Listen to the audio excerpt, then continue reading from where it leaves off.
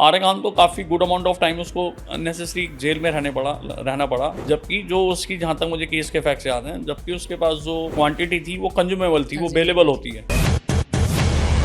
कानून जो बनाए जाते हैं वो बेसिकली न्याय के लिए बनाए जाते हैं, सारी चीज़ें बदल दी जाती हैं सर। ऐसा नहीं है, आप लॉयर हैं, आप बहुत अच्छे से जानते होंगे इन चीज़ों को। जहाँ तक निर्भया वाले केस की बात है, उसके बाद से तो बहुत सारी गाइडलाइन आ गई हैं। अब कानून इतना सख्त बना दिया है गवर्नमेंट ने। नहीं, जो ये यूजीसी वाला है, इसमें यही एक क्लॉज था कि अगर उसकी झूठी कभी कंप्लेंट कोई पाई जाएगी तो उसके खिलाफ कोई एक्शन नहीं होगा, और जिसके खिलाफ की है उसको तो फिर कैरियर खराब हो जाएगा। बहुत सारे केसेस हुए, आए और चले गए। उसका रीजन ये था कि सुशांत सिंह राजपूत उस वक्त में बहुत अच्छी एक्टिंग कर रहा था। सुसाइड से नहीं पहले था उसने सर, एक दो, अगर उससे पहले हम बात करें तो उसका करियर इतना ज़्यादा हाइप नहीं था, मरने के बाद शायद ज़्यादा हाइप हुआ है वो। लेकिन जैसा आपने अभी कहा कि पैसों वालों के लिए डिफरेंट है और उसके लिए डिफरेंट है। कई बार ऐसा भी होता है कि बहुत झूठे केसेस होते हैं, लेकिन अगर आपके पास पैसा है तो आप जीत जाते हैं, अगर आपके पास पैसा नहीं है तो आप उसको हार जाएंगे या सालों आप लड़ते रहें उस केस को। जैसा आपने कहा, तब से आप कह रहे हैं कि कानून सबके लिए बराबर है, लेकिन दिखता तो नहीं है सर।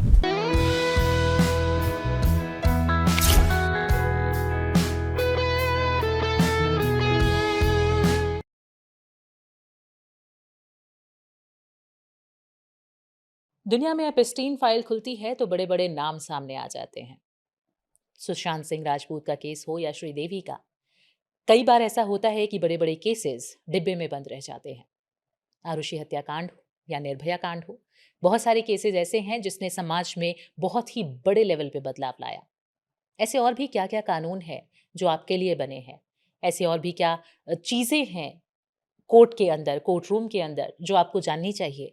ये सारी चीज़ें बताने के लिए आज हमारे साथ स्टूडियो में मौजूद हैं दिल्ली हाई कोर्ट के बहुत ही मशहूर लॉयर के शर्मा जी, जो आपको इन सारी चीज़ों से अवगत कराएंगे। क्या है बारीकियाँ वकालत के पीछे की, कानून के पीछे की, वो सारी चीज़ें आपको बताएंगे। तो आज का ये पॉडकास्ट आपके लिए होने वाला है। अगर आप ऐसी किसी भी परेशानी से जूझ रहे हैं या आप जानकारी लेना चाहते हैं कि आपको कानून से संबंधित क्या जानकारियां आपके पास होनी चाहिए, आज का पॉडकास्ट ज़रूर देखिएगा। सर, बहुत बहुत स्वागत है आपका हमारे पॉडकास्ट में। शुक्रिया। सबसे पहले सवाल सर, जो अभी रीसेंट चल रहा है एपिस्टीन फाइल का, तो उस पे मैं पूछना चाहूँगी क्योंकि इसमें बहुत बड़े बड़े दिग्गज नाम शामिल थे और जो बच्चों के साथ शोषण का मामला सामने आया, तो क्या ऐसा ही कोई मामला भारत में भी होता है लेकिन वो छुपा रह जाता है? क्योंकि बच्चों के गायब होने की जो चीज़ें हैं, अभी जैसे दिल्ली की बात करें, अभी रिसेंट में ही न्यूज़ आई है कि बहुत सारे बच्चे, मतलब हज़ारों में बच्चे गायब होते हैं और उनका कुछ अता पता नहीं चलता है। तो क्या ऐसा कुछ है कि यहाँ भी कुछ हिडन ऐसे चलता है? आपके पास ऐसा कोई केस आया हो? नहीं, जहाँ तक केस की बात है, ऐसा कोई केस तो मेरे पास नहीं आया। लेकिन मेरा ये व्यक्तिगत तौर पे मानना है कि जैसे कोई अगर बच्चा गायब होता है तो उसकी शिकायत ज़रूर कोई होती होगी। हुँ। माँ-बाप केस डालते होंगे, लेकिन कुछ स्पेकुलेशंस भी है, हो सकता है कुछ हद तक सच्चाई हो, लेकिन स्पेकुलेशंस ज़्यादा है। जी। नहीं सर, यहाँ पे क्योंकि खबरें तो आती हैं और ज़्यादातर अगर इसमें हम बच्चों को देखें, जो भी दिल्ली में अभी बात चल रही है या न्यूज़ आ रही है, लगभग 35,000 से ज़्यादा केसेस हैं जो बच्चों के गायब होने के हैं, रजिस्टर्ड हैं। इसके अलावा भी बहुत सारे लोग हैं। तो क्या है इसके पीछे, मतलब क्यों ऐसे गायब हो जाते हैं और क्यों ऐसा होता है कि जो गरीब तबके के लोग हैं, उन लोगों के केसेस दरकिनार हो जाते हैं, पुलिस उस पे कोई ध्यान ही नहीं देती। वहीं अगर कोई बड़े अ, दिग्गज नेता हों या अभिनेता हों या जिसको भी आप कह लें, उनका अगर कुत्ता भी गायब होता है तो उसके लिए भी पूरी फोर्स लग जाती है और ऐसी चीज़ें हो जाती हैं। देखिए, कागजी तौर पर तो ऐसा नहीं है, कानून सबके लिए बराबर है। लेकिन व्यावहारिक अगर मैं बात करूँ तो जो आप कह रही हैं, ये फ़र्क दिखता है। उसका रीज़न ये है, जो गरीब आदमी होता है उसके पास रिसोर्सेज़ कम होते हैं। कोई भी लिटिगेशन लड़ने के लिए आपको रिसोर्स चाहिए, आपको पैसा चाहिए, आपको वकील हायर करना है, फिर आपको केस डालना है, फिर आपको इन्वेस्टिगेशन करवानी है, गवाही करानी है। तो इस सब प्रोसेस के लिए you need lot of money for this. अगर जी। आप एक अच्छा वकील हायर करना चाहते हैं तो वो पैसे लेगा। तो फिर ये व्यावहारिक तौर पे ऐसा लगता है कि गरीब को न्याय नहीं मिल पाता, पैसे वालों को मिल पाता है। जिसके पास रिसोर्स होते हैं वो अच्छा वकील हायर कर लेता है, वो पैरवी अपने केस की अच्छे से कर लेता है, और जो उसको एविडेंसेस चाहिए होते हैं वो उनको इकट्ठा भी कर लेता है। तो इसलिए ऐसा लगता है। जी। तो यहाँ पे सर एक और सवाल आ जाता है इससे ही रिलेटेड कि कानून जो बनाए जाते हैं वो बेसिकली न्याय के लिए बनाए जाते हैं, लेकिन जैसा आपने अभी कहा कि पैसों वालों के लिए, मैंने भी कहा, आपने भी कहा कि पैसों वालों के लिए डिफरेंट है और उसके लिए डिफरेंट है। कई बार ऐसा भी होता है कि बहुत झूठे केसेस होते हैं, लेकिन अगर आपके पास पैसा है तो आप जीत जाते हैं, अगर आपके पास पैसा नहीं है तो आप उसको हार जाएंगे या सालों आप लड़ते रहें उस केस को। ऐसा क्यों देखिए, होता जैसे है? मैंने पहले कहा, कानून की निगाह में कोई गरीब अमीर का फ़र्क नहीं है, कानून सबके लिए बराबर है। लेकिन प्रोसीजर ऐसा है कि जब आप लिटिगेशन में जाते हैं तो you need some money to fight your case. लेकिन अभी भारत सरकार ने इस समस्या को मद्देनज़र रखते हुए बहुत सारी free legal aid services establish की हैं हर डिस्ट्रिक्ट लेवल पे। अगर कोई व्यक्ति ऐसा आता है जिसके पास पैसा नहीं है कि वो अपने पैसे से वकील को हायर कर पाए, उसकी फ़ीस दे पाए, तो जज साहब कोर्ट में ही पूछते हैं कि भाई आपकी आमदनी नहीं है तो हम आपको फ्री सरकार की तरफ से वकील हायर करा देते हैं। तो अब जो ये पहले समस्या थी धीरे-धीरे खत्म हो रही है। जो पुअर लिटिगेंट हैं उनको सरकार अपनी तरफ से फ्री ऑफ कॉस्ट वकील भी मुहैया करा रही है, जो उनका केस मुस्तैदी से लड़ते हैं और उनको न्याय दिलाते हैं। तो सर इसके बारे में क्या हम कोई ऐसी अवेयरनेस भी फैलाई जा रही है या ये सिर्फ ऐसे नहीं, ही नहीं, है? दिल्ली की मैं बात कर रहा हूँ। Delhi legal aid services authority है जो हुँ, विभिन्न इलाकों में कैंप लगाती है और लोगों को अवेयर कराती है। अगर आप दिल्ली की किसी भी न्यायालय में जाएँगे तो वहाँ पे होर्डिंग्स लगे हुए हैं कि आप फ्री लीगल सहायता ले सकते हैं और कोर्ट अपने से भी पूछती है। जैसे अपैरेंटली क्लाइंट का पता लग जाता है कि इसके पास फंड्स हैं, नहीं है, पुअर है, हुँ। तो कोर्ट उससे पूछती है। या कई बारी क्लाइंट ही कोर्ट में कहता है कि साहब मेरे पास पैसे नहीं है वकील हायर करने के लिए, तो कोर्ट उसको एक फॉर्म होता है, उनको गाइड कर दिया जाता है कि लीगल सर्विस में चले जाइए, फ्री लीगल सर्विस अथॉरिटी में है, वो आपको एक वकील मुहैया करा देंगे। तो केस लड़ते हैं, कैंप लगे हैं, अवेयरनेस है। जी। तो क्या जेन्युइनली उनके केसेस लड़े जाते होंगे? हाँ, बिल्कुल लड़े जाते हैं। क्योंकि जैसे अगर हम अभी बच्चों के गायब होने की मैं बात कर रही थी, अभी कुछ जैसे जानवरों के ऊपर हुआ था, डॉग्स के ऊपर कि स्ट्रे डॉग्स के लिए एक शेल्टर टाइप बना दिया गया था, लेकिन वहाँ केयर नहीं होती है। तो क्या ऐसा ही है कि ये जैसे एक बना दिया गया लेकिन वहाँ पे उतने ध्यान से नहीं देखा जाता होगा? नहीं, जहाँ तक लीगल एड सर्विसेज़ की बात है, ये तो बहुत अच्छे से चल रहा है। इसमें कोई दिक्कत नहीं है। अब लोगों को फ्री न्याय की व्यवस्था है और वकील मिल रहे हैं। जहाँ तक डॉग वाले केस का सवाल है, वो सुप्रीम कोर्ट का फैसला था। और देखिए, हर केस के 2 पहलू होते हैं। जिस पहलू से आप ज़्यादा प्यार करते हैं, तो उसको लगता है कि नहीं, सुप्रीम कोर्ट ने गलत कर दिया। हुँ, अगर आप भुक्तभोगी हैं, आपको किसी लावारिस कुत्ते ने काट लिया, तो आपको लगेगा कि नहीं, ठीक किया है। बिल्कुल सही। तो 2 पहलू हैं, तो कोर्ट ने बैलेंस बनाया कि भई एक पर्टिकुलर जगह होनी चाहिए फीड कराने के लिए और उनकी संख्या ज़्यादा ना बढ़े, इस तरह के उपाय किए जाएँ, इस तरह का था। जी। जी, नहीं वो सही है। अगर हम स्ट्रे डॉग्स की बात करते हैं, तो बहुत सारे शेल्टर ऐसे हैं सर जिसकी रिपोर्ट्स भी आई न्यूज़ में। लोग गए, रिपोर्टर्स ने देखा, वहाँ पे बस भरे हुए हैं, लेकिन वहाँ केयर नहीं है।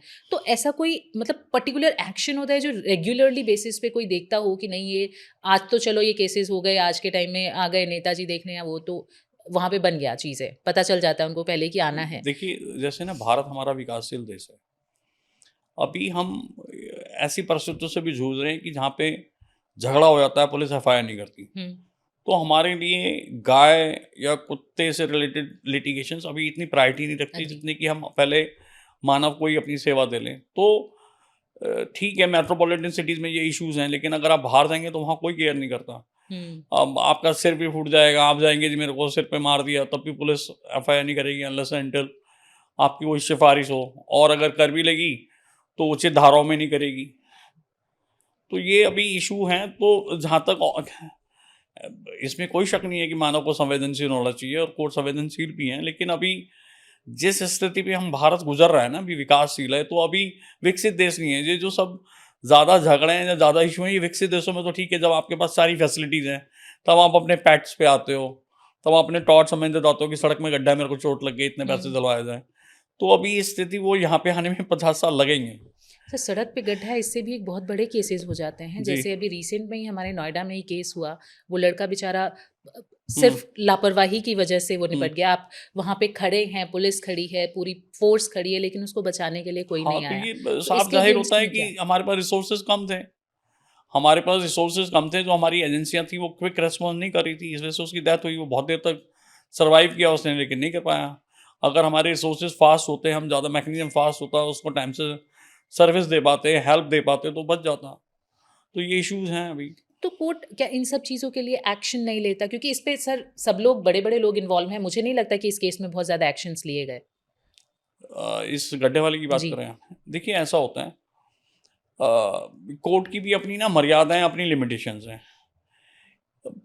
लोकतंत्र में ना 4 स्तंभ हैं, हुँ, विधायिका, न्यायपालिका, कार्यपालिका और मीडिया। मीडिया।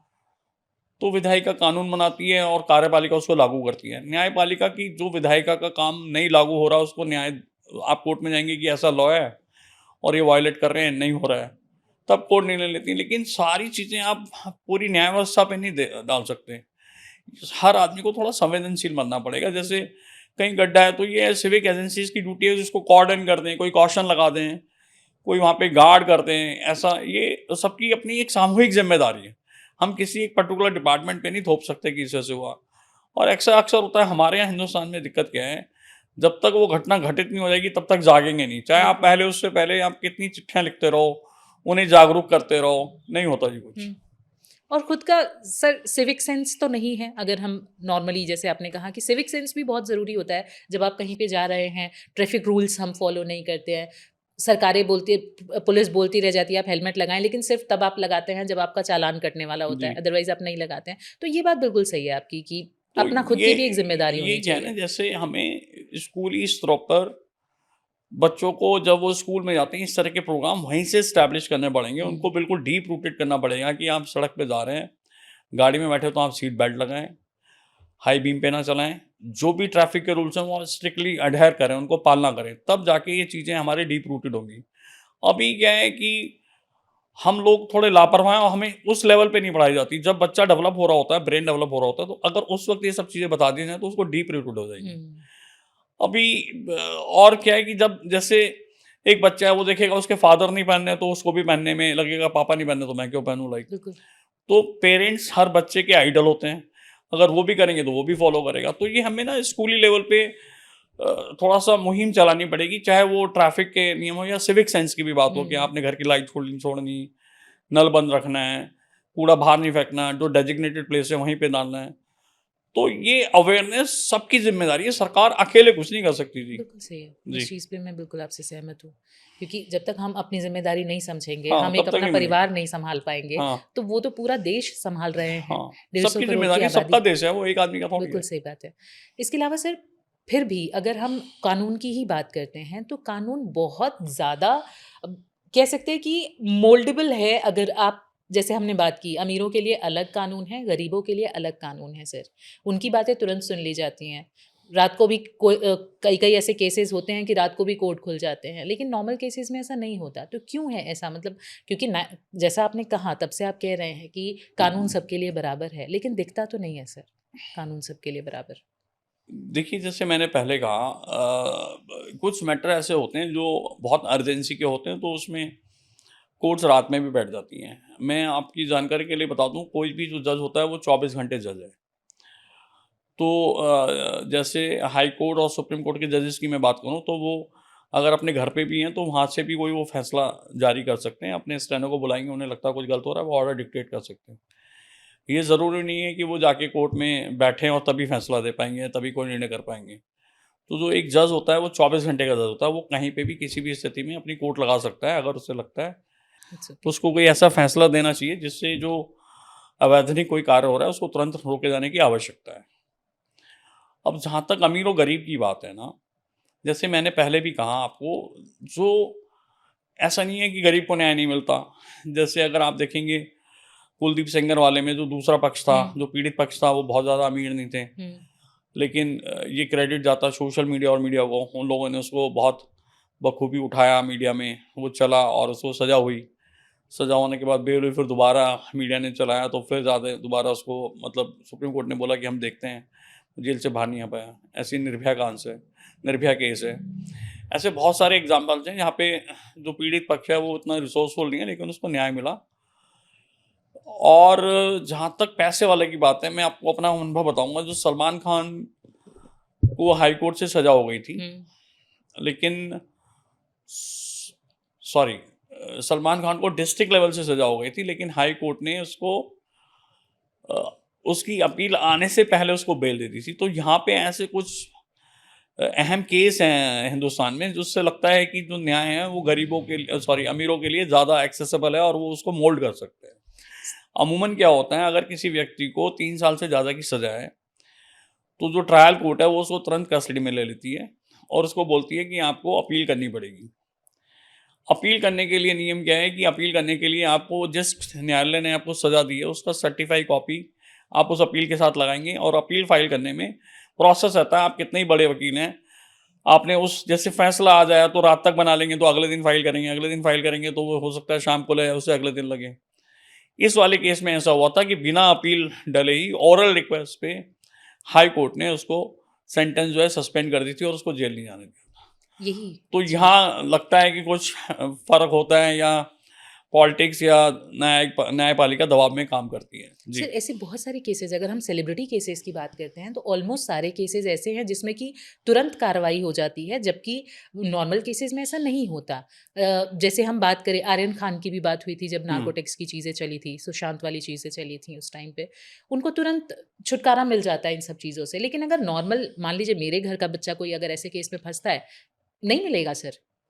नहीं, जहाँ तक आर्यन खान के केस की बात है, बेसिकली क्या है, कोई भी मुद्दा पॉलिटिसाइज हो जाता है ना, मीडिया में आता है, तो जजेस आर ऑल्सो ह्यूमन बीइंग, तो वो भी थोड़ा कहीं ना मीडिया की रिपोर्टिंग वगैरह से हल्का से कहीं ना कहीं प्रेशराइज महसूस करते हैं। आर्यन खान तो काफ़ी गुड अमाउंट ऑफ टाइम उसको अननेसेसरी जेल में रहना पड़ा, जबकि जो उसकी, जहाँ तक मुझे केस के फैक्ट्स याद हैं, जबकि उसके पास जो क्वांटिटी थी वो कंज्यूमेबल थी, वो अवेलेबल कंज्यूमेबल थी। होती है। और मुकुल रोहतगी साहब हिंदुस्तान के काफ़ी बड़े वकील साहब हैं, उन्होंने यही आर्ग्यू किया था कि ये पैडलिंग थोड़ी करेगा ड्रग्स की, ये तो पूरी जहाज़ खरीद सकता है, इतना पैसा है इसके पास। तो वो एलिगेशंस, जो नार्कोटिक्स डिपार्टमेंट था उसके एलिगेशंस गलत हैं, उन्होंने एक स्टोरी बनाई थी जो कि फिजिबल नहीं थी। उसके बावजूद उसको भी मुझे लग रहा है 30-40 दिन बाद उसकी बेल हुई थी। हम्म। तो ये है, जैसे प्रॉब्लम क्या है कि मीडिया एक ना नैरेटिव बना देता है, उसको केस के फैक्ट्स उतने माइन्यूटली पता नहीं होते, और हर मीडिया किसी न किसी पॉलिटिकल पार्टी से इन्फ्लुएंस है, तो जिस भी तरह का न्यूज़ होती है वो उसी तरह से नैरेटिव बनाते हैं, जिसका भुगतना जो एक्चुअल में विक्टिम है, जो दो पक्ष लड़ रहे हैं, उनको पड़ता है। एक पक्ष को उसमें हमेशा नुकसान होता है। जी। वही चीज़ मैंने बोला कि देखिए, मैनिपुलेट तो किसी को भी किया जाता है। जैसे अब शाहरुख खान वाले केस में वो इनोसेंट था, अगर हम इस तरीके से देखें, ड्रग्स लेना ऑब्वियसली वो गलत है, उस बाद चीज़ की में सज़ा उसमें मिलती है। क्लोजर रिपोर्ट फाइल कर दी है हुँ, सीबीआई ने, there is no offence found, now he has been discharge. अब बट कोई एलिगेशन नहीं है उसके बिल्कुल सही खिलाफ। बात है। लेकिन उसी टाइम पे, क्योंकि सुशांत वाला केस बहुत ज़्यादा हाइप्ड था उस टाइम पे, लोग, ऐसा क्यों होता है कि जजमेंट आने के बाद में भी कई बार ऐसा होता है कि लोग उस पे बिलीव नहीं करते हैं। जैसे सुशांत वाला ही केस था, हम्म। आज भी अगर कोई चीज़ उससे निकल के आ जाती है, क्लोज़र तो शायद आज तक भी नहीं मिला खैर उस केस का। हम्म। लेकिन क्यों ऐसा होता है कि विश्वास नहीं होता है लोगों को कि ये चीज़ें सही चल रही हैं? ऐसा क्यों है? उसमें कानून पे विश्वास क्यों नहीं है? नहीं नहीं, कानून, उसमें बहुत बड़ी जो जिम्मेदारी है ना, वो हमारी मीडिया की भी है। जैसे मीडिया ना अपनी टीआरपी के चक्कर में जो फैक्चुअल पोजीशन है ना केस की, उसको ना दिखा के एक ऐसी इंटरेस्टिंग स्टोरी डेवलप करेंगे जिससे लोग उसको देखेंगे। और जैसे हम मेट्रोपॉलिटन सिटीज़ में रह रहे हैं, तो हो सकता है हमारा विजडम आम आदमी के मुकाबले थोड़ा सा ठीक है रहे, हम देखते हैं। लेकिन जो गांव देहात, जो सुबह अपनी ड्यूटी जाता है, शाम को घर आता है और आधे घंटे के लिए न्यूज़ देखता है, तो उसका वही परसेप्शन बन जाता है कि मीडिया बिल्कुल ठीक कह रही है, जबकि ऐसा होता नहीं है। फिर उसको लगता है कि यार मीडिया तो ये कह रही थी कि ये तो मर्डर केस है, फिर कोर्ट ने कैसे बरी कर दिया उसको, क्योंकि उसका विजडम, उसका एनालाइज वो केस का प्रॉपर कर नहीं पाता, बहुत सारे फैक्टर होते हैं। तब उसको लगता है कि यार न्याय ठीक नहीं हुआ, जबकि उस बंदे को सिर्फ ये फीड किया गया है मीडिया के थ्रू कि ये तो मर्डर था, जबकि वो डे वन से सुसाइड केस था।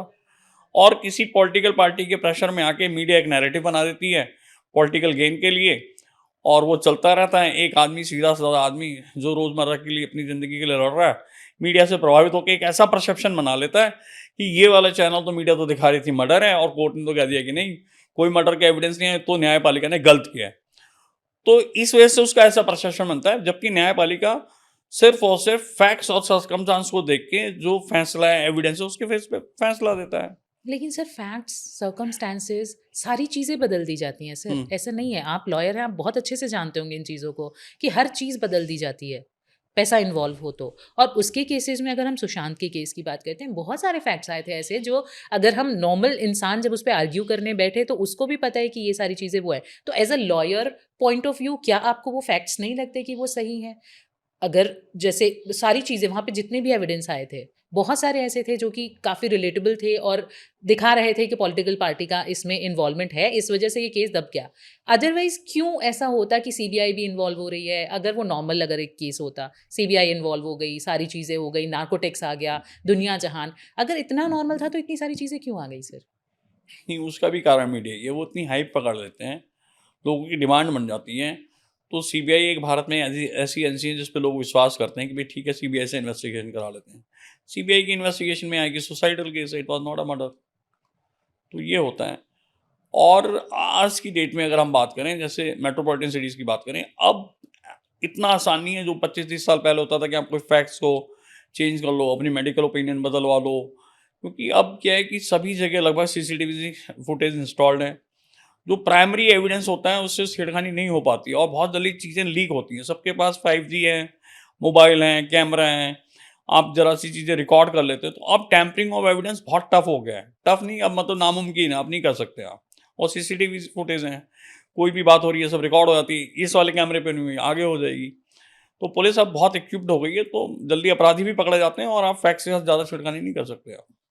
बट स्टिल सर हम सारा दोष मीडिया को नहीं दे सकते हैं इस चीज़ के लिए कि मीडिया हाँ टोटली गलत होगा। हाँ, वो हाइप क्रिएट कर सकता है बट टोटली गलत नहीं हो सकता। अगर उनकी भी इन्वेस्टिगेशंस हो रही हैं ऐसे विदाउट मतलब फैक्ट्स कुछ भी हम नहीं दिखा सकते। मैं भी मीडिया का पार्ट रही हूँ, लेकिन जब तक हमारे पास प्रॉपर सबूत नहीं होते हैं हम उसको एविडेंटली नहीं दिखा सकते हैं। स्पेकुलेशन हम ज़रूर डाल सकते हैं। तो ऐसा तो नहीं होगा इस केस में कि कुछ भी दिखा दिया गया ऐसे मीडिया पे, कुछ ना कुछ तो ज़रूर रहा नहीं, होगा नहीं, सर। कुछ ना कुछ के लिए तो एक आदमी की मौत हो गई। अब now it is to media to say it was suicide और इट वाज़ मर्डर। कुछ ना कुछ के लिए तो एक आदमी मर गया, है ना? और प्राइमा फेसी ऐसे हैं कि भी चद्दर है, पंखा लटका हुआ है, बेड में पैर ऐसे पड़े हैं। तो फिर मीडिया अपने नैरेटिव्स के हिसाब से ना, just to get the more TRP, वो केस को चलाते हैं और लोगों को ज़्यादा देखें, इसलिए ये होता है। मेरा ऐसा व्यक्तिगत अनुभव है। नहीं मतलब 15 साल से मेरा भी करियर इसमें रहा है, ऐसा नहीं है। लेकिन मैंने ऐसा केस नहीं देखा, अगर हम इस केस की बात करते हैं, कि इतना ज़्यादा किसी केस को हाइप मिला हो। बहुत नहीं, सारे उसका केसेज़ रीज़न हुए, ये था आए कि और वो चले गए। उसका रीज़न ये था कि सुशांत सिंह राजपूत उस वक़्त में बहुत अच्छी एक्टिंग कर रहा था। सुसाइड से नहीं पहले था उसने सर, 1-2। अगर उससे पहले हम बात करें तो उसका करियर इतना ज़्यादा हाइप नहीं था। मरने के बाद शायद ज़्यादा हाइप हुआ है वो। नहीं, उसने 1-2 हिट दी थी मरने से पहले हाँ, ना, वो तो दी थी। केदारनाथ या कोई जी, जी, मूवी जी। थी। एमएस धोनी, हाँ, केदारनाथ हाँ, वगैरह। हाँ जी। एमएस धोनी। हुँ। तो वो हिट हुई थी, तो इस वजह से थोड़ी हाइप बनी, वो एकदम अब चल रहा था स्टार। और फिर शायद उसका कुछ शाहरुख वगैरह से कोई डिस्प्यूट भी था, वो सब करके थोड़ा चला। इस बात से वो शायद परेशान था, ही कमिटेड सुसाइड। मेबी मतलब वो नहीं, दैट इज़ द हाँ। I am not saying so. This is the investigation of CBI कि it was a case of suicide.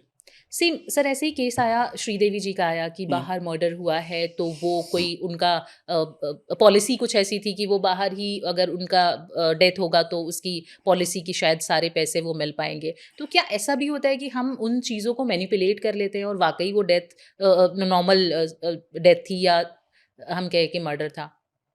देखिए, हर किसी भी परिवार में कोई हादसा हो जाता है तो उस परिवार के लिए बहुत बदनामी की बात बनती है। हुँ। तो हर परिवार चाहता है कि उसकी इज्जत बाहर ना उछले। तो वो लोग कोशिश करते हैं कि अगर कोई ऐसी घटना घटित हुई है कि वो ज़्यादा मीडिया में ज़्यादा ना जाए, बाहर ना जाए और दब जाए। इसी वजह से ऐसा होता है। क्योंकि बोनी कपूर फैमिली, ये भी फ़िल्म इंडस्ट्री में इनका नाम है और हुँ। एस्टेब्लिश लोग हैं ये लोग।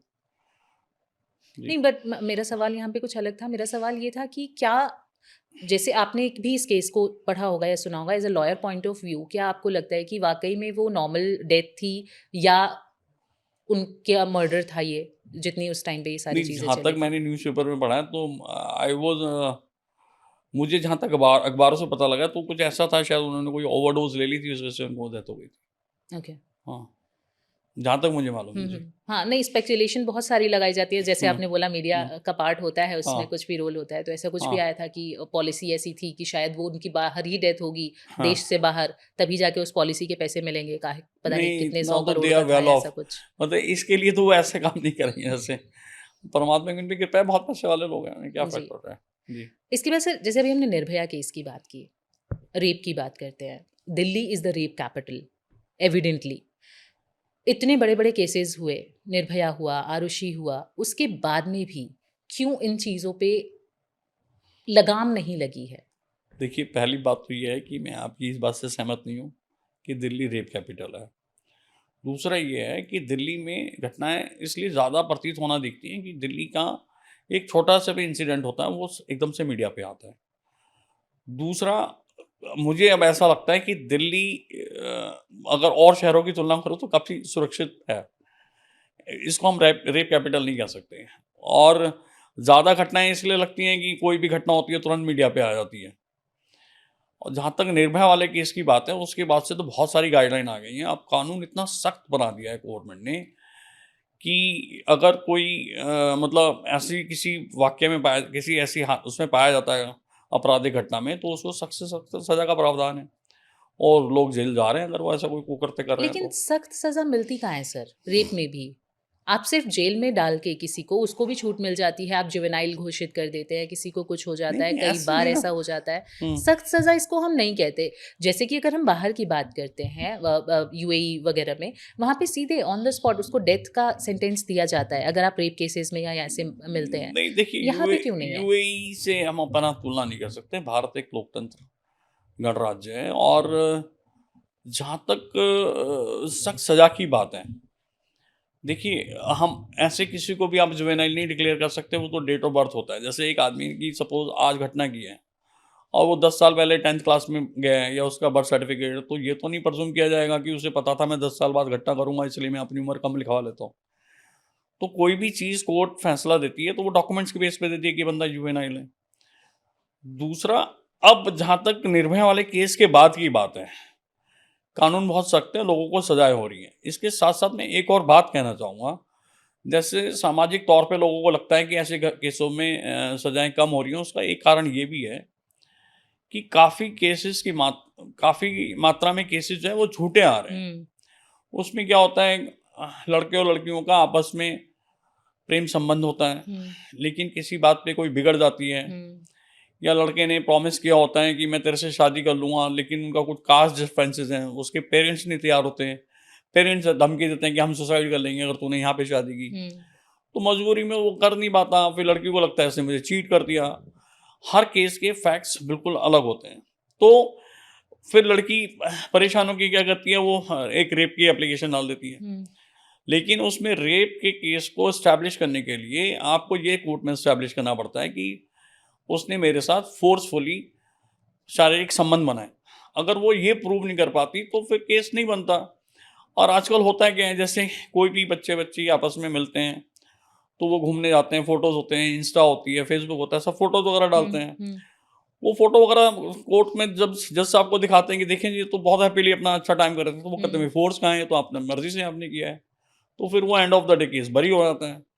फिर समाज में ऐसा मैसेज आता है कि नहीं, अगर 100 के रेप के केस हुए हैं तो 90 तो बरी हो गए। तो 90 केसेज़ वो लगभग इसी तरह के हैं जिसमें दोनों का आपस का सहमति से संबंध था, लेकिन वो बाद में किसी वजह से मनमुटाव हो गया और उन्होंने रेप की एलिगेशंस लगा दी। अच्छा, इसमें वकीलों की भी गलती है। कोई भी क्लाइंट उनके पास आता है इस तरह का, तो वो उसको यही एडवाइस देते हैं कि तू रेप का केस डाल दे। हुँ, हुँ, तो हमें भी एज़ अ लॉयर मैं कहना चाहता हूँ, वकीलों को भी बहुत संवेदनशील होना पड़ेगा। हमें किसी भी क्लाइंट को झूठी एफआईआर के लिए प्रेरित नहीं करना चाहिए, अपनी कुछ फीस के लिए या इस तरह से उसको प्रेरित नहीं करना चाहिए। जो फैक्चुअल पोज़ीशन है उसी पे केस लड़ना चाहिए। हुँ। जी। सर, यहाँ पे एक और केस आ जाता है जब हम झूठे केसेस की बात कर रहे हैं। सबसे ज़्यादा झूठे केसेस जो लगते हैं वो 498 ए के लगते हैं सर। हुँ, और उसमें भी वकील ही सबसे पहले बोलते हैं कि आप ये केसेस डालिए सीधे, वरना आपको तलाक लेने में दिक्कत होगी। हुँ। ज़्यादातर जब ऐसे ही चीज़ें होती हैं। तो ऐसा क्यों है? और उसके क्या प्रावधान हैं? और सर सीधे जेल में ही जाते हैं। और इनफैक्ट वो ये भी बोलते हैं वकील कि आप सिर्फ़ और सिर्फ़ हस्बैंड पे मत लगाइए, पूरे परिवार पे लगाइए ताकि दबाव ज़्यादा बने। तो ऐसा क्यों है? क्योंकि आप जानते हैं एज़ अ लॉयर कि सीधे जेल में जाना होता है। उसका कोई सुनवाई नहीं होती लड़के पक्ष की नहीं, नहीं, इनिशियली। ऐसा नहीं है। जहाँ तक 498 ए की आपने बात की, वो आज की डेट में कोई भी अदालत या कोई भी पुलिस उस केसेज़ में अरेस्ट नहीं कर रही है। अनलेस एंड अनटिल जब तक कि कोई उस लेडीज़ पे जिसने कंप्लेंट कराई उसके पास ऐसे कुछ मेडिकल डॉक्यूमेंट्स ना हो कि इन्होंने मेरे साथ बहुत मारा-पीटा की है, ग्रीवियस इंजरी है, उस केस में पुलिस अरेस्ट कर लेती है, अदरवाइज़ अमूमन गिरफ्तार नहीं करती। प्रॉब्लम क्या है यहाँ पर, जैसे 2 बच्चों की शादी हुई लड़के-लड़की की। अब शादी होगी, शादी आगे ना चलने के ना बहुत सारे रीज़न हैं। एक कारण ये हो सकता है कि शुरू में दोनों जैसे लड़की की या लड़के की बिना उसके पेरेंट्स की मर्जी से उससे शादी हो गई, उसको अपना लाइफ पार्टनर समझ में नहीं आ रहा, तो शुरू से मनमुटाव शुरू हो जाता है। एक कारण ये होता है कि लड़की की महत्वाकांक्षा ज़्यादा है, लड़का उतना कमा नहीं पा रहा है, वो उसकी जो बेसिक नीड्स हैं उनको पूरा नहीं कर पा रहा है। तीसरा कारण है कि बिहेवियर डिसऑर्डर है, उसकी पर्सनैलिटी इतनी अच्छी नहीं है जैसा लड़की चाह रही है, या उनका मेंटल मैच आपस में नहीं मिल रहा है कि वो एक सेंस ऑफ ह्यूमर में कोई बात कर रही है, उसको वो समझ में नहीं आ रही, उसको वो सीरियसली ले रहा है। तो समानता ना होने की वजह से परिवार टूटते हैं। उसके 5-6 कारण जैसे मैंने आपको बताया। अब लड़की जाए अगर उसी बिहाफ पे लड़की तलाक डालेगी तो कोर्ट कोई भी हिंदुस्तान की कोर्ट उसे तलाक नहीं देगी, क्योंकि वो क्रुएल्टी के ग्राउंड में नहीं आती कोई भी चीज़। कानून ऐसा है कि आपको क्रुएल्टी के ग्राउंड पे तलाक मिलेगा। अब क्रुएल्टी दिखाने के लिए वकील साहब क्या करेंगे, उसको बोलेंगे कि आप ये इसमें लिखना पड़ेगा कि आपको उसने उस पर्टिकुलर डे पे आपको डंडे से मारा, आपकी चोट आई लेकिन आपको किसी ने बताया नहीं कि फैमिली बच जाए। तो वो क्रुएल्टी के ग्राउंड्स डालने पड़ते हैं। तो इसलिए वो अब फिर क्रुएल्टी के ग्राउंड के लिए ये भी ज़रूरी है कि वो सारे घर वालों के खिलाफ एक वीमेन सेल में कंप्लेंट भी दे, तब उसका केस स्ट्रांग बनता है। तो वकीलों को ये वकील सलाह देते हैं तो लड़की काम, वो लड़की कहती है मुझे तो तलाक चाहिए, और उस तलाक कैसे मिलेगा ये गाइडेंस में ये सब उनको करवाना पड़ता है। तो ये गलत है ना सर? एज ए प्रोफेशनल ये गलत है। और इसमें फिर मेरा एक ये भी कहना है कि जैसे फिर हमें कानून को ना थोड़ा सा फ्लेक्सिबल उस तरह से बनाना पड़ेगा कि भी आप जो डिवोर्स लेने की जो ग्राउंड्स हैं उनको थोड़ा सा ब्रॉड कीजिए। आप उसको थोड़ा सा ब्रॉड कीजिए। अगर इवन इस तरह से भी फिर आप ऐसे कुछ ग्राउंड बनाओ कि भी जैसे अगर मतलब उसको वो स्पेसिफिकेशन आपको थोड़ी बढ़ानी पड़ेगी, तो फिर उस दायरे में आने लगेगा। तो जी। ये कौन करेगा सर, और कैसे ये होगा हमारी सर? पार्लियामेंट करेगी जी। पार्लियामेंट करेगी, और आप जो हमारे जनप्रतिनिधि हैं वो समाज के इस इशू को उठाएं कि दिक्कत हो रही है। लेकिन मैं आपको एक बात और कहना चाहता हूँ, जैसे अब इन केसेस में कोई जेल वगैरह नहीं होती है और सबकी बाहर से बाहर जमानत हो जाती है, और कोर्ट सम्मन करने से पहले स्पेसिफिकली पूछती है आपने इसको नंद का नाम लिख दिया, इसका क्या रोल है, इसकी आपसे पहले शादी हुई थी, वो कहती है हाँ जी पहले शादी हुई थी, फिर तो ये अलग रह रही थी। तो फिर कोर्ट अमूमन ऐसे लोगों को सम्मन नहीं करती जिनकी शादी पहले हो गई और वो दूसरे घर में रह रहे हैं।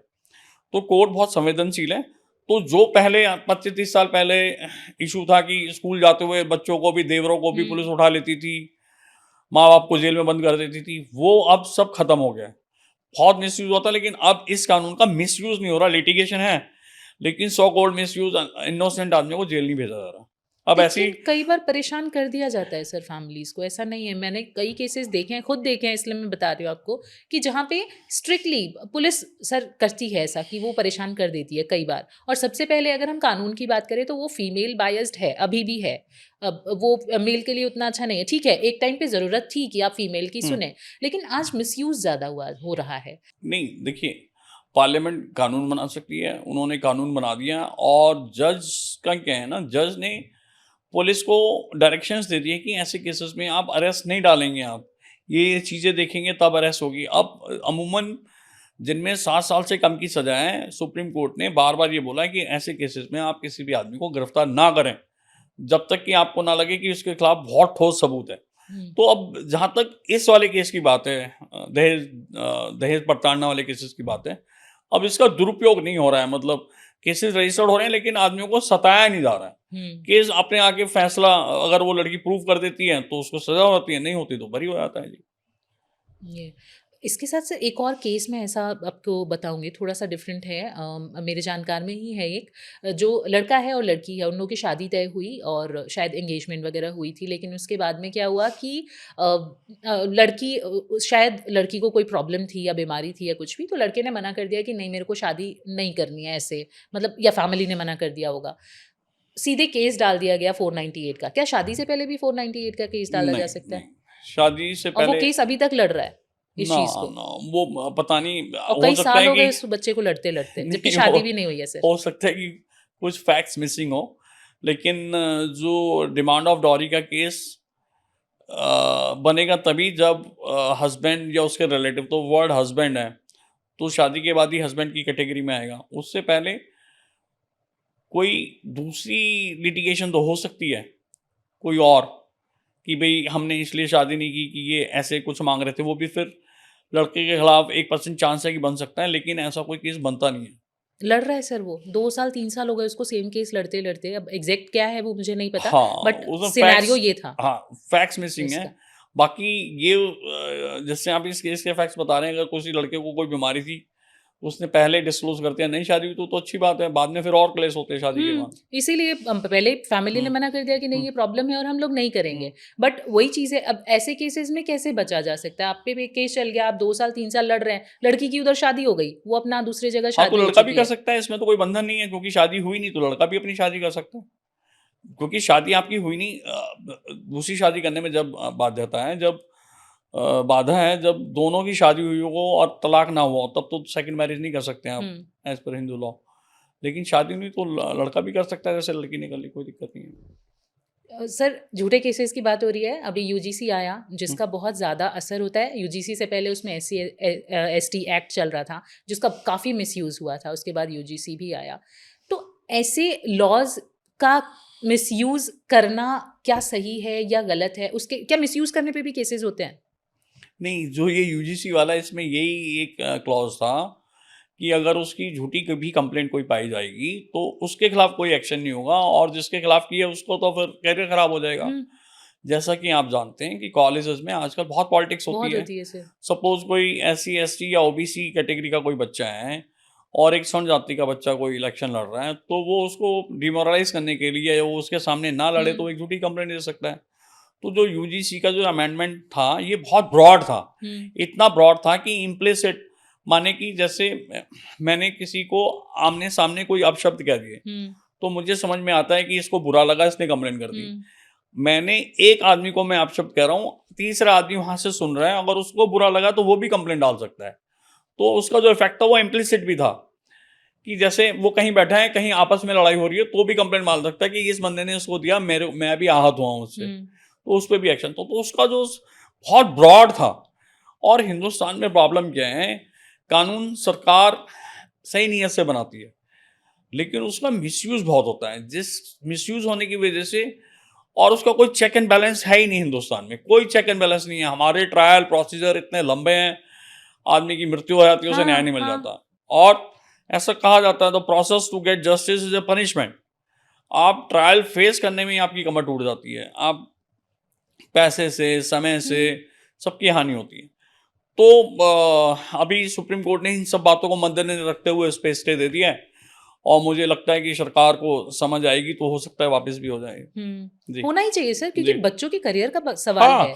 एक तो वैसे ही स्टूडेंट एज सवर्ण में स्टूडेंट के स्टूडेंट लिए एज कोई में हुँ, अगर इस तरह की वो लिटिगेशन, एक तो बेसिकली क्या है, इससे जात-पात और बढ़ेगी, जबकि हुँ, सरकार या हर आदमी अब पढ़ा लिखा चाह रहा है कि जात-पात खत्म होनी हुँ, चाहिए। तो ऐसे एक्ट लाने से समाज में जो जाति की खाई है वो बढ़ेगी। बिल्कुल सही बात जी। है। और शायद एक तरीके से ये पॉलिटिकल एजेंडा भी हो सकता है कि जब आप हिंदू लोग एकजुट हो रहे हैं, तो उनको आप और किसी तरीके से नहीं बाँट सकते, तो आप जातियों में बाँट दीजिए क्योंकि ये सबसे आसान मुद्दा होता है, उनको बाँटने का। ऐसा है ना, राजनीतिक पार्टियाँ अपनी पॉलिटिक्स के चक्कर में कुछ ना कुछ करती रहती हैं, बिल्कुल। जिसका समाज को भुगतना पड़ता है। तो सुप्रीम कोर्ट ने बिल्कुल इस निर्णय का स्वागत करना चाहिए सबको, और इस एक्ट को इनिशियल स्टेज पे ही जब विरोध देखा, तो सुप्रीम कोर्ट ने भी संज्ञान में लिया और उस पर स्टे कर दिया है। नेक्स्ट क्या हो सकता है सर नेक्स्ट हियरिंग पे इसमें इस केस में? नहीं, अभी तो स्टे है, फिर वो जवाब मांगा है इनसे, जवाब देंगे, तो मुझे लगता है कि जितना ज़्यादा दबाव पब्लिक का होगा, तो सरकार हो सकता है इसको अमेंडमेंट को वापस ले ले। लेना ही चाहिए क्योंकि हुँ, हुँ। स्टूडेंट जहाँ पे इन्वॉल्व हो जाते हैं, पूरा करियर हाँ, खत्म हाँ, हो हाँ, जाता है और हाँ, वो भी हाँ। कोई इसका कानून मतलब वही नहीं है, हुँ। मिसयूज़ करने के लिए टोटली अगर आप प्राइमा फेसी भी देखेंगे तो टोटली मिसयूज़ करने के लिए है, ये वाला केस तो। हाँ, हमें भी जैसे हर व्यक्ति को ना अपने से भी ज़िम्मेदार होना चाहिए, हुँ। कि उसको भी समझना चाहिए कि वो भारत का नागरिक है, अपने देश को विकास की तरफ ले जाना है, तो कानून का दुरुपयोग करने से बचें। सर इस दुरुपयोग का क्योंकि मैं खुद भुगतभोगी हूँ, अपनी फैमिली में मैंने देखा कि एससी-एसटी एक्ट एक्ट लगा और वो 10 साल 12 साल हो गए ऑलरेडी केस लड़ रहे हैं, हुँ। लेकिन उसका कोई सुनवाई नहीं है जबकि वो टोटली झूठा है, उसका आप सब साबित कर लें लेकिन कुछ नहीं होता। तो ऐसा क्यों होता है? देखिए कोर्ट में केसेस पेंडिंग है दुनिया भर के, सब लोग जानते हैं। तो एक केस को इतने नॉर्मल से केस को इतने सालों क्यों खींचा जाता है सर? हमारे यहाँ संविधान में और कानून में ना प्रोसीजर ऐसा है कि पुलिस सबसे पहले, सपोज़ जैसे कोई एफआईआर हुई, तो सबसे पहले पुलिस इन्वेस्टिगेट करेगी।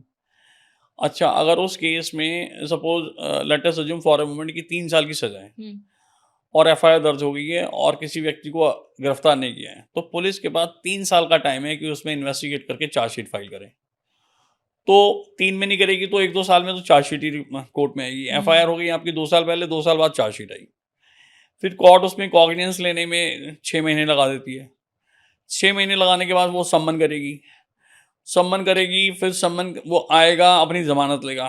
फिर चार्ज उस पे फ्रेम होंगे। चार्ज के बाद फिर जो पक्ष जिसने उसके आरोप लगाया उसकी गवाहियाँ होंगी। जब उसकी गवाहियाँ हो जाएँगी तो फिर उसको मौका मिलेगा, जिसके खिलाफ केस है, कि आपको सफाई में क्या कहना है। वो अपने 2 विटनेसेस लेके आएगा। फिर केस बहस सुनेगी, फिर फैसला देगी। तो एक सिस्टम ऐसा है, जो ट्रायल का जो प्रोसीजर है वो एक ऐसा है कि उसमें वक़्त लगता है। हमारे यहाँ 2 सेइंग हैं कि justice delayed is justice denied. हुँ, एक सेइंग ये भी है कि justice buried is justice hurried. हुँ, दूसरा क्या है, ये तो ट्रायल की बात हो गई। फिर हमारे यहाँ 3 टियर सिस्टम है। हुँ, ट्रायल कोर्ट से अगर आप हार गए हैं तो आप एपेलेट कोर्ट में जाएँ, हाई कोर्ट। एपेलेट से हार गए तो आप रिविजनली या एसएलपी जाएँ, फिर सुप्रीम कोर्ट में। तो जब तक आदमी तीनों अपनी जो उसका लीगल राइट है उसको अवेल नहीं कर लेता, तब तक वो बैठता नहीं है। तो इस वजह से पेंडेंसी दिखती है।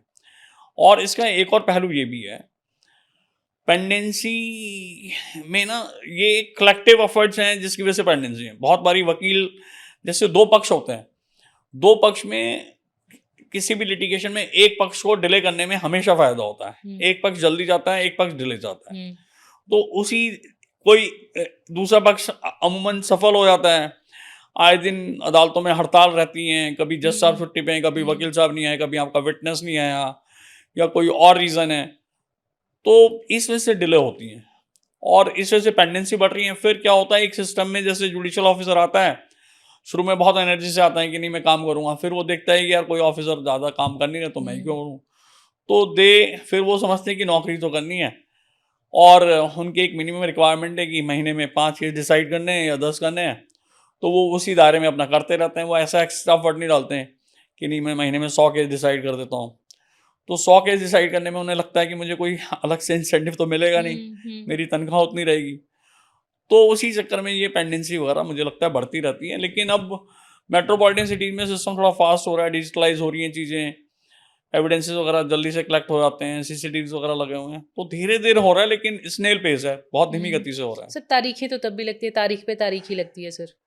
अगर आप कोर्ट में घुस गए तो फिर आप तारीखों के लिए तैयार हो जाइए। हाँ, उसका रीज़न ये है ना कि विदाउट हैविंग एविडेंस कोई चीज़ है, अगर आप जब तक एविडेंस वो प्रूव नहीं हो जाएगा, आप दूसरे आदमी को सज़ा नहीं दे सकते ना। अगर हम चलो ऐसे भी कर दें कि बहुत जल्दी न्याय दे देते हैं, लेकिन उसमें फिर दूसरा पक्ष कहेगा जी मुझे तो सुना ही नहीं गया। खाली एक पक्ष की बात सुन ली कि इसने मुझे मारा, मेरा तो लेकिन सुना ही। सर 10 साल, 20 साल इतना? जैसे मैंने पहले अर्ज़ किया आपसे, एक पक्ष को हमेशा डिले सूट करती है, तो वो एक पक्ष डिले कराता है। तो क्या इसमें लॉयर्स भी इन्वॉल्व होते हैं? उनको भी अपनी फीस ज़्यादा मिलती है, इस वजह से करते होंगे? नहीं, जैसे बहुत सारे प्रोसीजर होते हैं, लॉयर्स जैसे एक गवाह हो गया, वो वैसे पूरा हो गया लेकिन उसको लगता है डिले करना है, वो दोबारा से एक एप्लीकेशन लगा देता है कि जिसको दोबारा बुला लो साहब, मेरे कुछ सवाल छूट गए हैं, मुझे पूछना है, ये तो हुँ। मटेरियल विटनेस है। कोर्ट 1-2 हज़ार रुपए का जुर्माना लगा के उसे अलाउ कर देती है, फिर 6 महीने के लिए लंबा चला गया। तो इसमें कोई संदेह नहीं है, वकील भी ये इस तरह की टैक्टिक्स अपनाते हैं कि केस डिले हो जाए। तो क्या एक एक एक पर्टिकुलर जैसे मान लीजिए चल ठीक है प्राइवेट लॉयर है सबके लिए आदमी वो नहीं कर सकता कि एक पर्टिकुलर फीस डिसाइड कर दे या जैसे अगर मान लीजिए नॉर्मल ऐसा नहीं हो सकता कि हम हर चीज़ के रेट तय कर दे सरकार ऐसा भी कुछ कर दे कि इससे ज़्यादा आप नहीं ले सकते इससे कम आप नहीं ले सकते ऐसा नहीं, कुछ? मेरे को तो लगता है ये ऐसा अभी तक तो कोई ऐसा एक्ट नहीं आया जो प्रोफेशनल की फीस को लिमिट करता हो। और ऐसा कोई एक्ट नहीं है। नहीं है ज नहीं क्या होना नहीं चाहिए ऐसा क्योंकि सर नहीं, गरीब लोग इस तरह से नहीं हो। परेशान हो जाते हैं सर। नहीं, नहीं, गरीबों के लिए फ्री न्याय व्यवस्था है। सर कहने को जो होती हैं चीज़ें। नहीं, नहीं, नहीं, आप मैं दिल्ली की बात कर रहा हूँ। दिल्ली में आप खुद जाके या किसी को भेज के देख लीजिए, वो बोले यहाँ की कोर्ट के जी मेरे पास वकील नहीं है, इमीडिएटली आपका एक फॉर्म भरा जाएगा, अगली डेट में आपके साथ वकील खड़ा होगा। ऐसा नहीं है। उससे पहले जो बाज़ार होता है वकीलों का सर कोर्ट के बाहर, वो लोग पहले कैप्चर करने को तैयार हैं। किसको बुरा लगेगा कि मेरे को अगर पैसे मिल रहे हैं, तो मैं उसको छोड़ दूँ? वो क्यों बताएगा कि तुम्हें फ्री में मिल जाएगी ये चीज़, नहीं, नहीं, अगर मुझे ₹1000 नहीं, भी नहीं, मिल नहीं, रही है तो? बाहर बाहर एडवर्टाइज़मेंट लगे हुए हैं, अवेयरनेस हो रही है, एडवर्टाइज़मेंट भी आते हैं टेलीविज़न पे, डीडी न्यूज़ वगैरह पे। और जब आप किसी भी कोर्ट प्रेमिसेस में घुसते हैं तो वहाँ पे दिल्ली विधिक सेवा समिति ने ये सब ऐड लगाए हुए हैं कि फ्री व्यवस्था भी है जो वकील नहीं कर सकते हायर। और तो ऐसा नहीं है, लोगों को पता होता है। ठीक है। सर अभी जैसे हम अभी 498 की बात कर रहे थे और मेरा एक सवाल रह गया था कि क्या ऐसा नहीं होता कि म्यूचुअल अंडरस्टैंडिंग से भी डिवोर्सेस हो जाते हों हाँ, अभी? हाँ, आज तो अमूमन यही हो रहा है।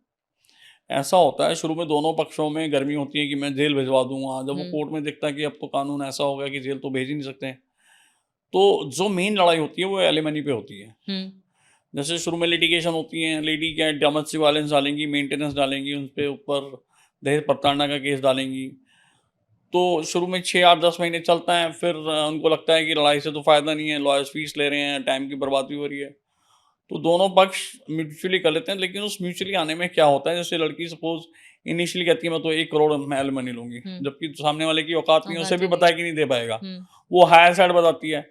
लड़का बोलेगा कि वो सपोज़ वो 20 लाख दे सकता है, तो बोलेगा मैं 5 लाख दूँगा। हुँ, तो इसमें जद्दोजहद में टाइम लगता है, फिर एक ये जो गैप है वो ब्रिज हो जाता है, हुँ। दोनों का म्यूचुअल डिवोर्स हो जाता है। अब तो एलिमनी पे भी कानून आ गया है ना सर कि ऐसे जो लोग ऑलरेडी वर्किंग हैं या फीमेल या ऐसा कुछ है तो वो नहीं ले सकते हैं एलिमनी? नहीं, जहाँ तक मेंटेनेंस की बात है, देखिए कानून ये है कि लेडी को ये राइट है कि जैसा उसका हस्बैंड शादी के वक़्त जो उसका स्टेटस था, हुँ, जैसे let us assume for a moment कि एक लड़की मिडिल क्लास फैमिली से आती है हुँ, और उसकी शादी जो है एक अल्ट्रा रिच फैमिली में हो गई है। हुँ, तो कानून ये ऐसा है कि जब वो शादी के वक़्त जैसा वो स्टेटस एन्जॉय कर रही थी, सपोज़ वो मस्जिद में घूमती थी या ग्रेटर कैलाश के किसी बड़े बंगले में रहती थी, हुँ, तो अगर उनकी लिटिगेशन हो जाती है, मैं तलाक से पहले की बात कर हुँ, रहा हूँ, हुँ, हुँ, तो कोर्ट उसको उसी तरह की सेम लोकेलिटी में बोलेगी कि जो रेंट है वो रेंट पे करें आप, अगर हुँ, वो वुमेन नहीं कमा रही है कुछ। हुँ, हुँ, उसी सेम स्टेटस कोर्ट की ड्यूटी होती है कि उसका सेम स्टेटस मेंटेन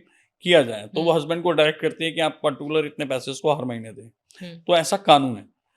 और जहाँ तक एलिमनी की बात है, ये तो म्यूचुअली डिसाइड हो जाता है। अमूमन ज़्यादा केसेज़ में जहाँ पे महिला का वर्क कर रही है, वहाँ पे मेंटेनेंस कम बनता है। हुँ, सपोज़ महिला 1 लाख रुपए कमा रही है और पुरुष 2 लाख रुपए कमा रहा है और बच्चे महिला के पास हैं। तो ऐसी स्थिति में कोर्ट अमूमन पुरुष को डायरेक्शन देती है हस्बैंड को कि आप इन्हें अपनी सैलरी का कम से कम 2/3 या 1/3 ज़रूर दें। हुँ। और व्हाट इफ मान लीजिए फीमेल कमा रही है और मेल ही नहीं कमा रहा है उस पार्ट का, तब क्या होता है सर? तो ऐसे में फिर वीमेन मेंटेनेंस डालती नहीं है अमूमन, तो डालेगी तो उसको मिल नहीं पाती, वो अपना केस प्रूव कर देगा अपनी रिटर्न से, अपने स्टेटमेंट ऑफ अकाउंट से कि मैं कमा नहीं रहा हूँ, आप कमा रही हैं। ये सिर्फ उसी मेंटेनेंस सिर्फ उसी केसेस में जहाँ पे महिला कमा ना रही हो। हुँ, हुँ, कानून का पर्पज़ ये था कि कोई भी महिला, अब जैसे हमारा पुरुष प्रधान देश है, हुँ, तो पुरुष ही ज़्यादा नौकरी करते थे, तो महिला कमाती नहीं थी। हुँ, तो वो ऐसे में घर बैठ के अपना गुज़ारा कैसे करी, हुँ, तो मेंटेनेंस का था। जहाँ पे महिला कमा रही है, पुरुष नहीं कमा रहा, तो वहाँ पे मेंटेनेंस नहीं मिलती, हुँ। कोर्ट मना कर देती है। और जैसे हम झूठे केसेस की बात कर रहे थे सर, एक बहुत बड़ा केस केस आया था सुभाष का, हुँ, अतुल सुभाष का। हुँ। तो ऐसे केसेस में मतलब मेल काउंटर पार्ट के लिए क्या है कानून सर? नहीं, मेल काउंटर पार्ट के लिए सिर्फ ये है कि वो अपना केस मुस्तैदी से लड़ें, जो एविडेंसेस हैं उसको कोर्ट में पेश करें और हिम्मत ना हारें। देखिए ट्रायल ऐसा है, लंबा टाइम लगता है, कभी-कभी फ्रस्ट्रेशन हो जाती है। सुसाइड कोई सॉल्यूशन नहीं है किसी चीज़ का, ठीक है उसने कर ली, गलत किया, लेकिन सुसाइड सॉल्यूशन नहीं है, आप लड़ें मजबूती से और न्याय जो है सच का साथ देता है, वक़्त हो सकता है लग जाए, लेकिन जो सच्चाई है वो कभी हारती नहीं है। वो ठीक है सर, ये फ़िल्मी डायलॉग टाइप लगने लग जाता है कई बार कि सच का साथ हमेशा देती है कानून, लेकिन कई बार आप मैनिपुलेट हो जाते हैं और हर एक इंसान इतना मज़बूत नहीं होता कि वो इतने सालों इन सारी चीज़ों को झेल पाए। एक तो वो मेंटली बहुत ज़्यादा परेशान होगा, फिर उसके बाद कानून भी उसको परेशान ही कर रहा है, तो इतना आप नहीं हो सकते सर। हर एक इंसान इतना नहीं, मज़बूत नहीं हो हाँ, हर सकता। एक इंसान नहीं होता, लेकिन सुसाइड कोई सॉल्यूशन नहीं है। आजकल तो देखिए जहाँ तक मैं दिल्ली की बात करता हूँ, तो जैसे शायद इस वाले केस में वो लड़का बैंगलोर था, उसको आना पड़ता था तारीख हुँ, भुगतने, उसका बहुत एक्सपेंडिचर होता था। तो अब दिल्ली में हाइब्रिड सिस्टम है। आप अपनी हियरिंग जो है वीडियो कॉन्फ्रेंसिंग से कर सकते हैं, आपका आने-जाने का ट्रैवल बच जाता है और जल्दी फ्री होके आप अपने काम पे जा सकते हैं। हुँ। अब ज़्यादातर कोर्ट फिजिकल प्रेज़ेंस के लिए आपको कंपेल नहीं कर रही हैं, वीडियो कॉन्फ्रेंस से भी केसेस चल रहे हैं, स्मूथनेस बढ़ी है दिल्ली में। बट स्टिल मतलब क्वेश्चन मेरा यहाँ पे रह जाता है कि क्यों मेल काउंटर पार्ट के लिए क्या यहाँ पे कुछ नहीं होना चाहिए कानून व्यवस्था में? हमेशा नहीं, मेल महिलाओं की मेल ही काउंटर सुनी के जाएगी। पार्ट के पास है, लेकिन वो उस स्थिति में है जब वो ये प्रूव कर देगा झूठा केस है, तो मैलिशियस प्रोसिक्यूशन का वो केस डाल सकता है कोर्ट में। लेकिन अगेन क्योंकि एक इन सब झगड़ों से क्या है, आप समय के साथ नहीं चल पाते, पीछे रह जाते हैं। तो लॉयर्स भी या कोर्ट भी यही एडवाइस करती है कि हम आपका ख़त्म हो गया, क्यों फर्दर लिटिगेशन में बढ़ रहे हो, आप आगे मूव करो। तो ये बात ठीक है कि समय थोड़ा लगता है न्याय लेने में, और हर आदमी के झेलने की स्थिति उतनी नहीं है, लेकिन सिस्टम ऐसा है। और लॉयर्स को भी अपने क्लाइंट्स को बताना चाहिए कि भी वक्त लग सकता है। जैसे क्लाइंट अप्रोच करता है कि उसे लगता है कि 6 महीने में फैसला आ जाएगा, तो उनको भी उन्हें गाइड करना चाहिए कि नहीं, इतना वक्त लगेगा, मेंटली प्रिपेयर रहना, पेशेंस से। आप होगा तो होगा, नहीं तो नहीं लड़ पाएंगे केस।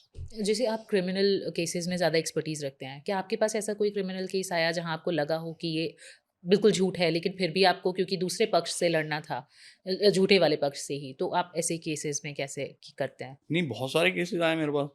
मैं एक केस के फैक्ट्स बताता हूँ। मामा भांजे थे, हुँ, भांजे के ऊपर 4 5 6 केसेस चल रहे थे, क्रिमिनल था वो। हुँ, तो एक केस में उसकी बेल होनी थी, तो उसने मामा से 50,000 रुपये मांगे। तो मामा ने कहा कि मैं तेरे को पैसे नहीं दूंगा। उसने पहले भी दिए होंगे और केसेस हुँ, में। तो उसने अपनी वाइफ को आगे करके मामा के ऊपर रेप का केस लगा दिया जी, दिल्ली में। वो हुँ, रहते थे वहाँ मुरादाबाद कहीं, हुँ, हुँ, संभल में। तो हमने फिर उनकी सारी चीज़ें, उसकी सारी एफआईआर्स और ये सब लगा के कि भी ये केस है, अभी ऐसा कुछ हुआ ही नहीं, तो कोर्ट ने एंटीसिपेटरी बेल दे दी थी, वो जेल जाने से बच गए। और फिर केस बरी हुआ, लेकिन वही प्रोसेस इज ए पनिशमेंट। वो संभल से आते थे, हम मुकदमा लड़ने आते थे, तो 4 5 साल बाद वो बरी हुए। ऐसे ऐसे ऐसे हाई प्रोफाइल केसेस भी आपके पास आते हैं, जैसे आप ने एक चंद्रशेखर जी का भी केस लड़ा था। तो उसमें जैसे मेरा यहाँ पे सवाल ये है सर कि मान लीजिए जो आपको पता है कि मेरा क्लाइंट झूठ बोल रहा है, और फिर भी आपको उसको, क्योंकि आप एज अ लॉयर उसकी ही साइड लेंगे, तो ऐसे टाइम पे आप कैसे करते हैं, क्या करते हैं सर? नहीं देखिए, प्रोफेशनल एथिक्स में हमारे यहाँ ऐसे है, जैसे डॉक्टर्स के लिए भी होता है कि डॉक्टर को ये देखना है, बीमारी का इलाज करना है, बीमार का मतलब बीमारी का इलाज करना है, उसे बीमार से कोई मतलब नहीं है कौन है। हुँ, एक सपोज गन शॉट में एक डाकू को गोली लग जाती है, अस्पताल आता है, तो डॉक्टर उसका ट्रीटमेंट करेगा। ऐसी लॉयर का है। हम किसी भी क्लाइंट को ये कह के नहीं मना कर सकते कि भी आपका झूठा केस है, हम नहीं लड़ेंगे। हुँ, प्रोफेशनल एथिक्स में हमें कोई भी क्लाइंट आएगा, हमें उसे लीगल सर्विस देनी है, वेदर ही इज़ राइट और रॉन्ग। फिर कौन झूठ है कौन सच है, ये फैसला जज का है। किसी भी प्रोसिक्यूशन में 2 पक्ष होते हैं। पहले एक प्रोसिक्यूशन जो प्रोसिक्यूट करता है केस को, एक डिफेंस काउंसिल जो उसको डिफेंस करता है। दोनों अपना अपना पक्ष न्यायालय में रखते हैं, और फिर जो फैसला है वो कोर्ट देती है जी। कोर्ट को जज करना है कि प्रोसिक्यूटर ठीक कह रहा है कि डिफेंस काउंसिल ठीक कह रहा है। जिसका भी एविडेंस में उसको वजन लगता है, उसके पक्ष में वो फैसला दे देता है। जहाँ तक चंद्रशेखर जी के केस की बात है, चंद्रशेखर जी ने हाई कोर्ट में एक लड़की उनको परेशान कर रही थी, उसके खिलाफ 2.5 करोड़ का डेफेमेशन का केस डाला, डैमेजेस का, हुँ। कि भाई उसने मेरी जो रेस्पेक्ट है वो डैमेज करी है। उस कॉन्स्टिट्यूशंसी में उनकी फ़ैन फॉलोइंग कम हुई है, और उनको जो पार्टी से फंड आता था इस केस के बाद थोड़ा सा कम आना शुरू हो गया। जो उनकी पार्टी में फंड से मतलब है कि मेंबरशिप लेने के लिए फ़ीस होती है कोई 10 20 रुपए, हुँ। तो बहुत आ रही थी, बहुत मेंबर बनने थे, अब कम हो गया। तो वो केस चल रहा है, और उस लड़की को डायरेक्शन दी हुई है कोर्ट ने कि भी आप इस मामले को ज़्यादा पार्टिसिपेट ना करें, आप सोशल मीडिया पे इस तरह की पोस्ट ना डालें। अभी केस चल रहा है, देखिए फिर क्या होता है, सब जुडिस है। आपको लगता है कि सोशल मीडिया जो है वो बहुत बड़ा रोल आजकल प्ले कर रहा है किसी भी केस को हाइलाइट करने में, हाइप करने में, या ऐसी सारी चीज़ों में? हाँ, इसमें कोई शक नहीं है। अगर कोई भी मामला सोशल मीडिया में आ जाता है तो बहुत सेंसिटाइज़ हो जाता है, और क्योंकि जैसे मैंने पहले कहा, जज भी ह्यूमन बीइंग है, हुँ। तो वो भी सोशल मीडिया वगैरह से इफ़ेक्टिव होते हैं और कार्य करते हैं। एज़ अ ह्यूमन बीइंग कई बार कभी ऐसा, जैसे हमने भी कहा कि अब गलत, ऑब्वियसली एज़ अ प्रोफेशनल आपको करना पड़ेगा। लेकिन कई बार आपको लगा है कभी ऐसा कि नहीं, ह्यूमैनिटेरियन ग्राउंड पे, कि नहीं ऐसा नहीं लड़ना चाहिए? क्योंकि कोई भी वकील ये तो नहीं चाहेगा कि मैं अपना केस लड़ूँ, आई मीन केस हारूँ। हुँ। तो ऐसा तो नहीं होता होगा। आप अपना पूरा दमख़म तो लगा ही देते होंगे सर कि नहीं, ये केस मेरे को जीतना है। हाँ, देखिए जानबूझ के कोई केस हारे हों आप कभी? ना, ना, ना, ऐसे नहीं होता। ऐसे क्लाइंट्स को होता क्या है, देखिए जैसे सपोज़ पटियाला हाउस में कोई केस चल रहा है, हुँ, क्लाइंट का तो एक केस है, लॉयर का वहीं पे चैम्बर है, और एसोसिएशन के चुनाव होते हैं, आपस में आप घूमते-फिरते हैं, तो जो अपोज़िट लॉयर होता है उससे हाय हेलो हो जाती है। हुँ, या आप पहले से ही जब क्लाइंट आया, आप अपोज़िट लॉयर को जान रहे होते हो, अगर वो भी उसी सेम कोर्ट कंपाउंड का है, तो कई बारी क्या होता है, कोर्ट में जैसे बाहर खड़े हैं तो हमने हाथ मिला लिया, और शर्मा जी कैसे हैं, वर्मा जी कैसे हैं, तो हुँ, क्लाइंट को लगता है अरे तो मेरा वकील मिल गया, हुँ, जबकि ऐसा नहीं होता है। बाहर we can be a friend, लेकिन in court room we are opponent to each other. Opponent. तो हम अपना केस मजबूती से लड़ते हैं, कोर्ट डिसाइड करती है कौन सच है कौन गलत है। जहां तक जानबूझ के हारने की बात है, ऐसा नहीं होता। आदमी अपना पक्ष मजबूती से रखता है और लड़ता है जी। मतलब मेरा कहने का यहाँ पे मतलब कई बार होता है कि अगर आप एज अ ह्यूमन आप जान रहे हैं कि नहीं ये केस जैसे रेप केसेस की ही बात आ जाती है, कभी आपके पास ऐसा कोई आ गया हो कि मतलब जो वाकई में रेप पीड़ित हो लड़की, लेकिन आपके पास लड़के पक्ष से केस आ गया कि मेरे को ही जीतना है, तो एज अ ह्यूमन आपको एक बार को तो लगेगा कि नहीं यार उसको न्याय मिलना चाहिए। तो ऐसे केसेस भी कभी आपके पास आए हैं और ऐसे केसेस पे आपने क्या किया है? नहीं देखिए, जो न्याय मिलने वाली बात है ना, वो कोर्ट जज साहब ने डिसाइड करना है कि कौन गलत है। अब रेप केसेस में क्या होता है कि स्टेट केस होता है, पुलिस इन्वेस्टिगेशन करती है। अब पुलिस की कोई इन्वेस्टिगेशन में, जैसे सपोज रेप केस प्रूव करने के लिए सबसे अहम जरूरी है कि आप उस लड़की का मेडिकल कराएं। हम्म। रेप के लिए उसकी बॉडी पे एक्सटर्नल इंजरी जरूर होनी चाहिए टू एस्टैब्लिश कि इट वाज अ फोर्स। हम्म। अगर पुलिस ऐसा नहीं करती है तो जो अपोजिट पार्टी है वो जरूर इसका फायदा उठाएगी जी, कि भी उस डेफिनेशन में fall in your case. Definition कहती है फोर्स होना चाहिए, या जजमेंट कहती है एक्सटर्नल इंजरी आप प्रूव करो कहाँ पर है, या उसमें कोई टाइम की हेरा फेरी है। वो सपोज 5 बजे का वाक्य बताती है, 5 बजे मेरा क्लाइंट सपोज कहीं और बैठा है और वो वाक्य था 4 बजे का। तो जो डिफेंस काउंसिल होता है वो अमूमन क्या करता है, जो प्रोसिक्यूशन की वीकनेसेस होती हैं उसी को हाईलाइट करता है और उसी से बच जाता है वो जी। लेकिन कोई जानबूझ के हारना, या नहीं वो ये सोच ले कि नहीं यार इसने तो रेप किया, इसको सजा मिलनी चाहिए, ऐसा एज ए डिफेंस लॉयर मैं तो कभी नहीं सोचता। वी ट्राई, क्योंकि ये जज साहब ने डिसाइड करना है। ये बहुत बड़ा मिसकंसेप्शन है। दो पार्टी होती है, फैसला जज साहब ने देना है। ये बड़ा मिसकंसेप्शन है कि आप डकैतों के केस लड़ रहे हो, आप तो रेपिस्ट के वो हो। जबकि आप अगर हिंदुस्तान में जो सबसे बड़े वकील हैं अभी भी, चाहे वो राम जेठमलानी साहब हों, या मुकुल रोहतगी साहब हों, या अरुण जेटली साहब हों, सब ने हाईलाइटेड ऐसे केस लड़े जिन पे सीरियस एलिगेशंस थे। हम्म। नहीं, तो as a as a professional professional, आपको लड़ना ही पड़ेगा, वो हाँ, आई एग्री।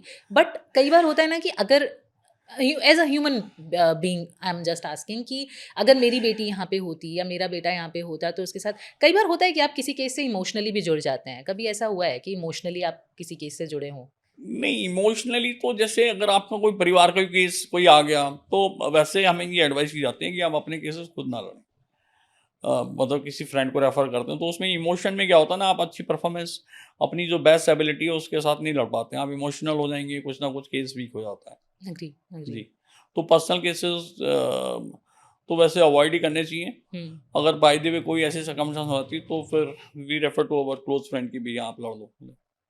सर एक और चीज़ होती है कि हम अपना केस खुद लड़ सकते हैं किसी एक पर्टिकुलर चांस में। क्या आप इसको एक्सप्लेन करेंगे कैसे होता है? मान लीजिए हाँ, मैं अपना कोई केस खुद लड़ना चाहती हूँ and I am not a lawyer, तो ऐसे कैसे आप क लड़ सकते हैं? मतलब क्या होता है ऐसी? नहीं आपको अगर कानून की थोड़ी जानकारी है तो आप लड़ सकते हैं। ये तो basically it is a service industry. हुँ, हुँ। जैसे आप होटल में गए आप, हुँ। है ना? आप घर पे खुद बना के भी खाना खा सकते हैं।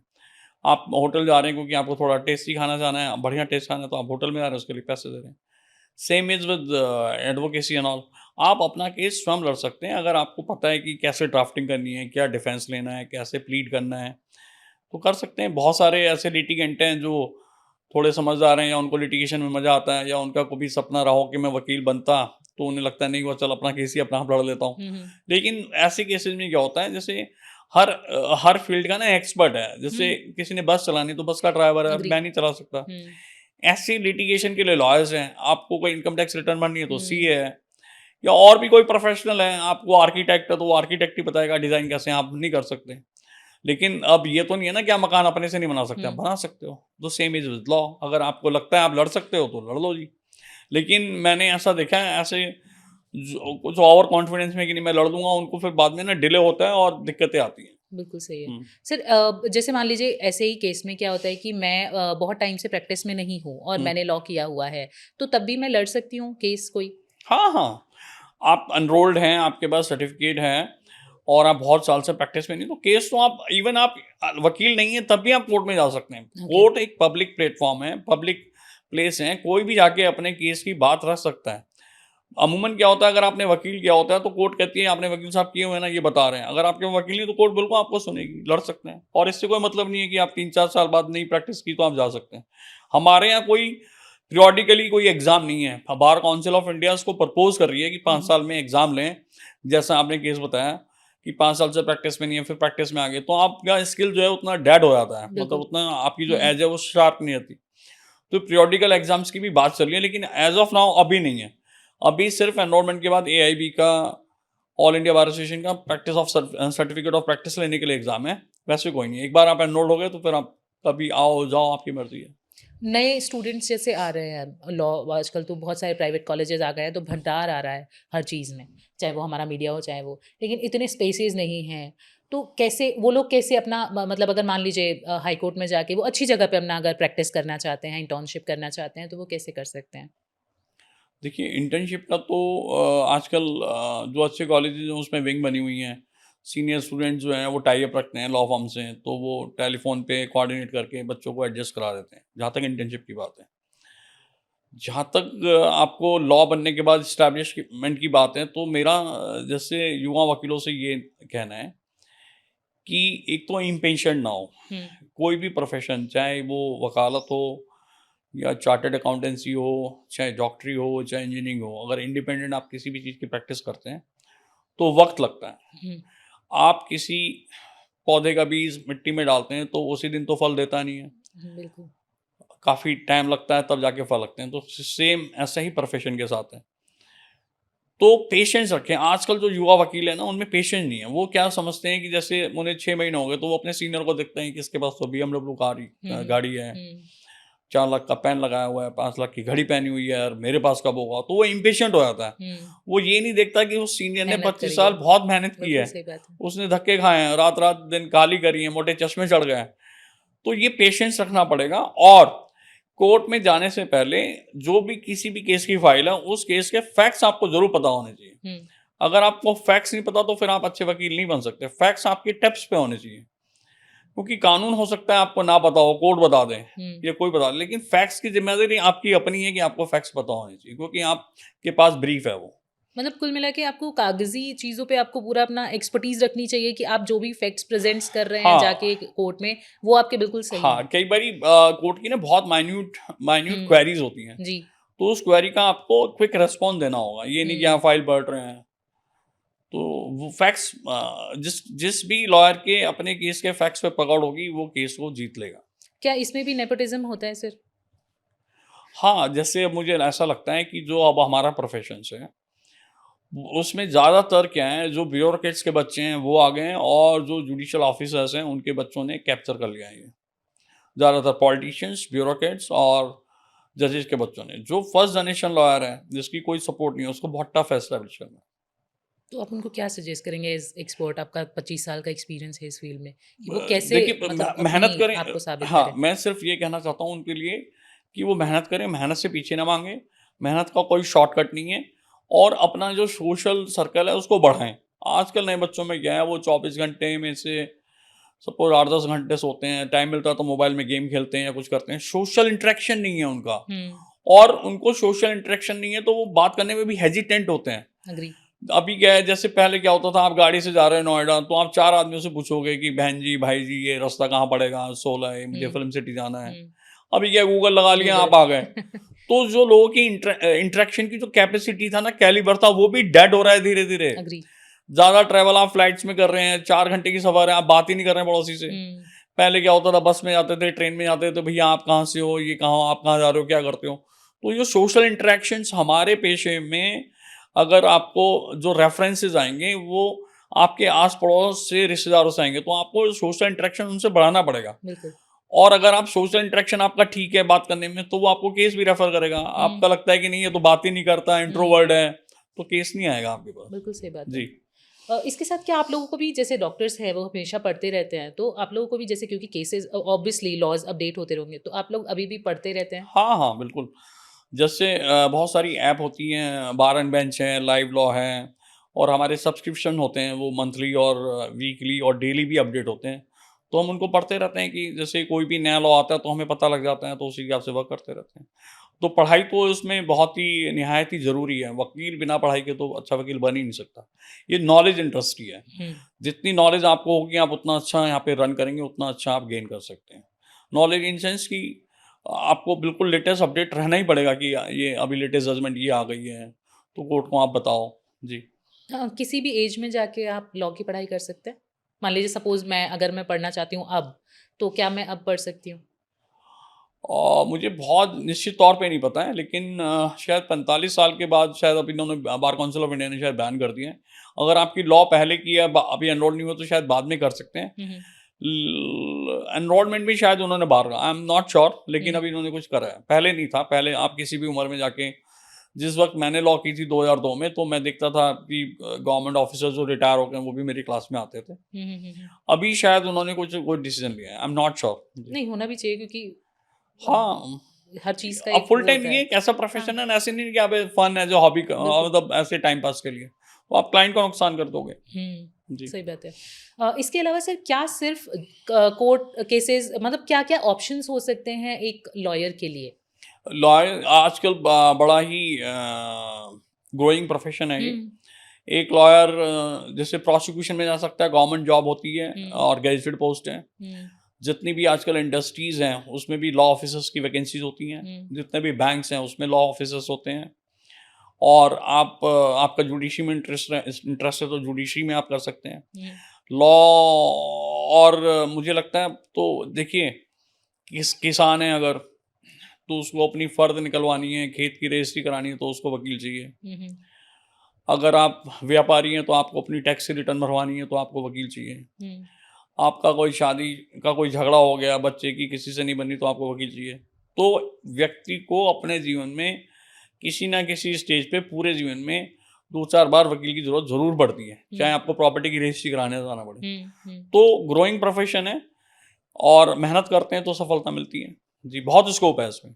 मतलब किस-किस फ़ील्ड में जा सकते हैं? जैसे मान लीजिए ये तो हो गया कि आप जाके केसेज़ लड़ रहे हैं कोर्ट में। देखिए, इसके अलावा जैसे मैंने आपको बताया, बैंक्स में आप लॉ हाँ जी। ऑफ़िसर लग सकते हैं, हुँ, और इवन आजकल जो हमारी मीडिया है, उसमें प्रिंट मीडिया में और डिजिटल मीडिया में जो क्राइम और पॉलिटिक्स, क्राइम को जो कवर करते हैं, उसमें ज़्यादातर बच्चों को उन्हीं को ले रहे हैं, जिसमें मास कम्युनिकेशन लॉ भी किया हुआ है। हुँ, तो उनके राइटिंग स्किल्स और कोर्ट की जजमेंट समझने में उनको बहुत आसानी हो जाती है। हुँ, जो लाइव अपडेट देते हैं, live law, bar and bench, ये भी हुँ, लॉयर्स को हायर कर रहे हैं कि भी आप कोर्ट में जाके रिपोर्टिंग करो और हमें भेजो। हुँ, बहुत सारी पब्लिकेशंस हैं, उसमें लिखने के लिए भी, लॉयर्स को कंटेंट लिखने के लिए भी दे देते हैं। हुँ, और जैसे बैंक का मैंने बताया, और जितनी भी सारी इंडस्ट्रीज़ हैं, लेबर लॉज़ वगैरह के लिए भी वो भी रखती हैं, हर रखते हैं, कंपनी अपना लॉयर रखती है। कंप्लायंसेस के लिए। हुँ, सपोज़ जीएसटी का सर्टिफिकेशन लेना है, कोई एफएसएसआई का लेना है, हुँ, तो मुझे नहीं लगता कि कोई भी ऐसी इंडस्ट्री है जहाँ पे बिना वकील के उनका काम चलता है। हुँ,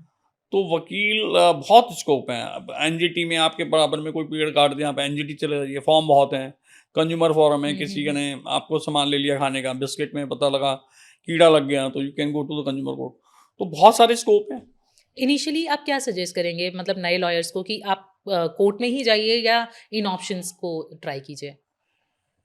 नहीं, ये तो उस एक्सपीरियंस लेने के हाँ, लिए? ये तो उस व्यक्ति पर निर्भर करता है, वो लिटिगेशन में जाना चाहता है या कॉर्पोरेट जॉब करना चाहता है। लेकिन मैं ये ज़रूर कहूँगा कि लिटिगेशन में इनिशियल टफ है, लेकिन बाद में ग्रोथ बहुत ज़्यादा अच्छी है लिटिगेशन में। कोई भी वकील जिसका हिंदुस्तान में नाम हुआ है, या किसी भी अपनी काबिलियत की वजह से जाना जाता हुँ, है, हुँ। तो वो लिटिगेशन का ही वकील है। कॉर्पोरेट के बहुत बड़े-बड़े लॉयर हैं, लेकिन उनका नाम इतना नहीं है जितना कि लिटिगेशन के लॉयर का है। बिल्कुल सही बात क्योंकि है। वो बर्निंग इश्यूज़ को फाइट करते हैं, तो मीडिया में आते हैं, फेमस होते हैं। और एक्सपीरियंस भी मुझे ऐसा लगता है कि आपको ग्राउंड पे ज़्यादा मिलता होगा रादर हाँ, वहाँ रह के।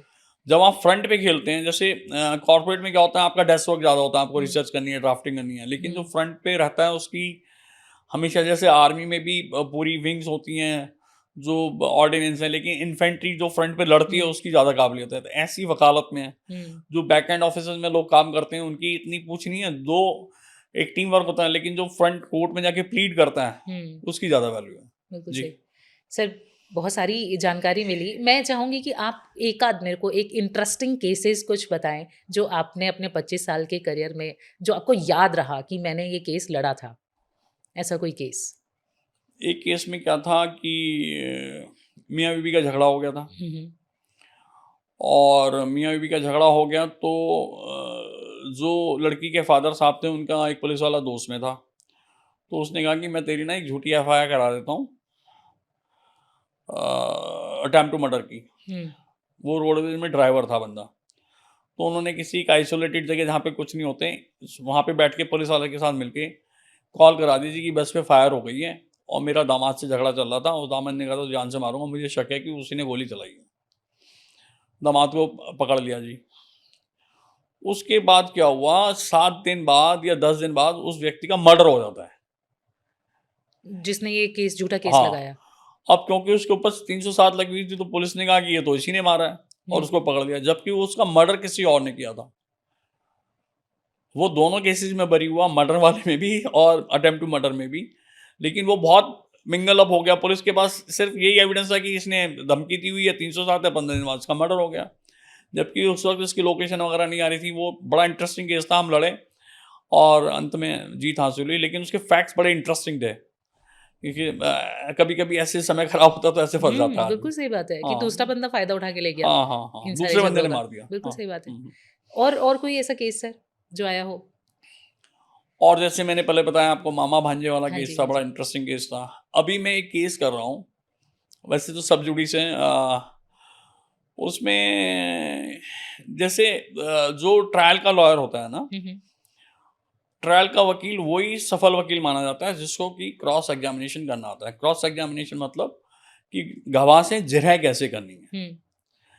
अगर आपके पास ये काबिलियत है कि आप जिरह अच्छी कर रहे हैं तो आप अपने केस को निकाल के ले जाएंगे। किसी भी केस में क्या होता है, पुलिस जो है, जैसे पुलिस को उनके रूल्स के हिसाब से ज़रूरी है कि मौके पे ही सारे कागज़ बनाएं। अमूमन पुलिस वाले मौके पे कागज़ नहीं बनाते। जैसे कोई एक्सीडेंट हो गया तो वहीं पे वो अरेस्ट मेमो बनाएगा, वहीं पे वो नेक्सा मौका बनाएगा, वहीं पे चीज़ों को सीज करेगा। वो वहाँ से स्पॉट से आके थाने पे बनाते हैं सारे कागज़, या उसको बुला लेंगे विटनेस को, यहाँ आ जा।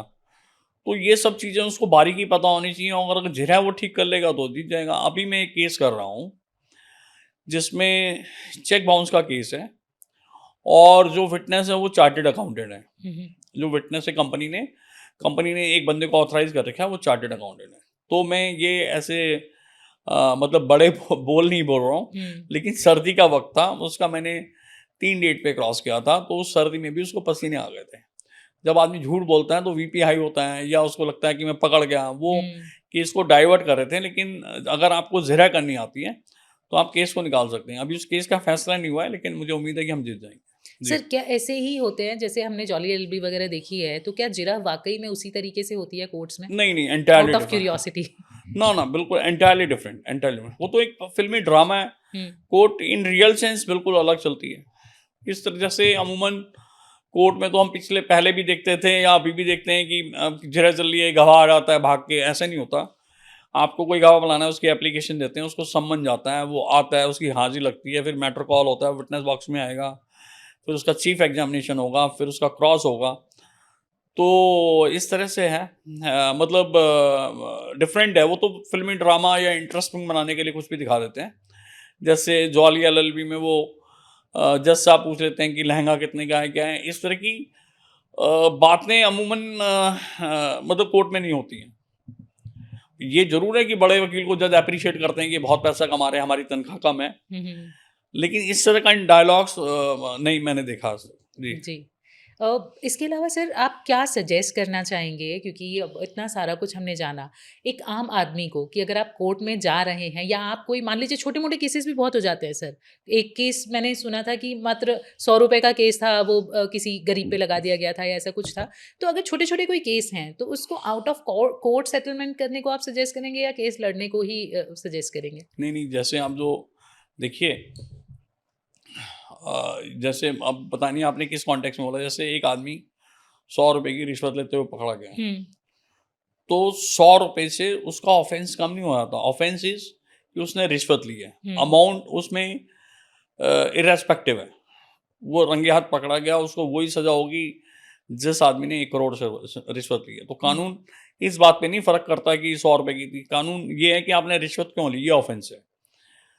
हमारे भारतीय संविधान और भारतीय कानून में 2 तरह के अपराध होते हैं। एक अपराध ऐसे होते हैं कि दोनों पक्ष आपसी सहमति से समझौता कर सकते हैं, उनको कंपाउंडेबल ऑफेंसेस बोलते हैं। एक होते हैं नॉन कंपाउंडेबल ऑफेंसेस।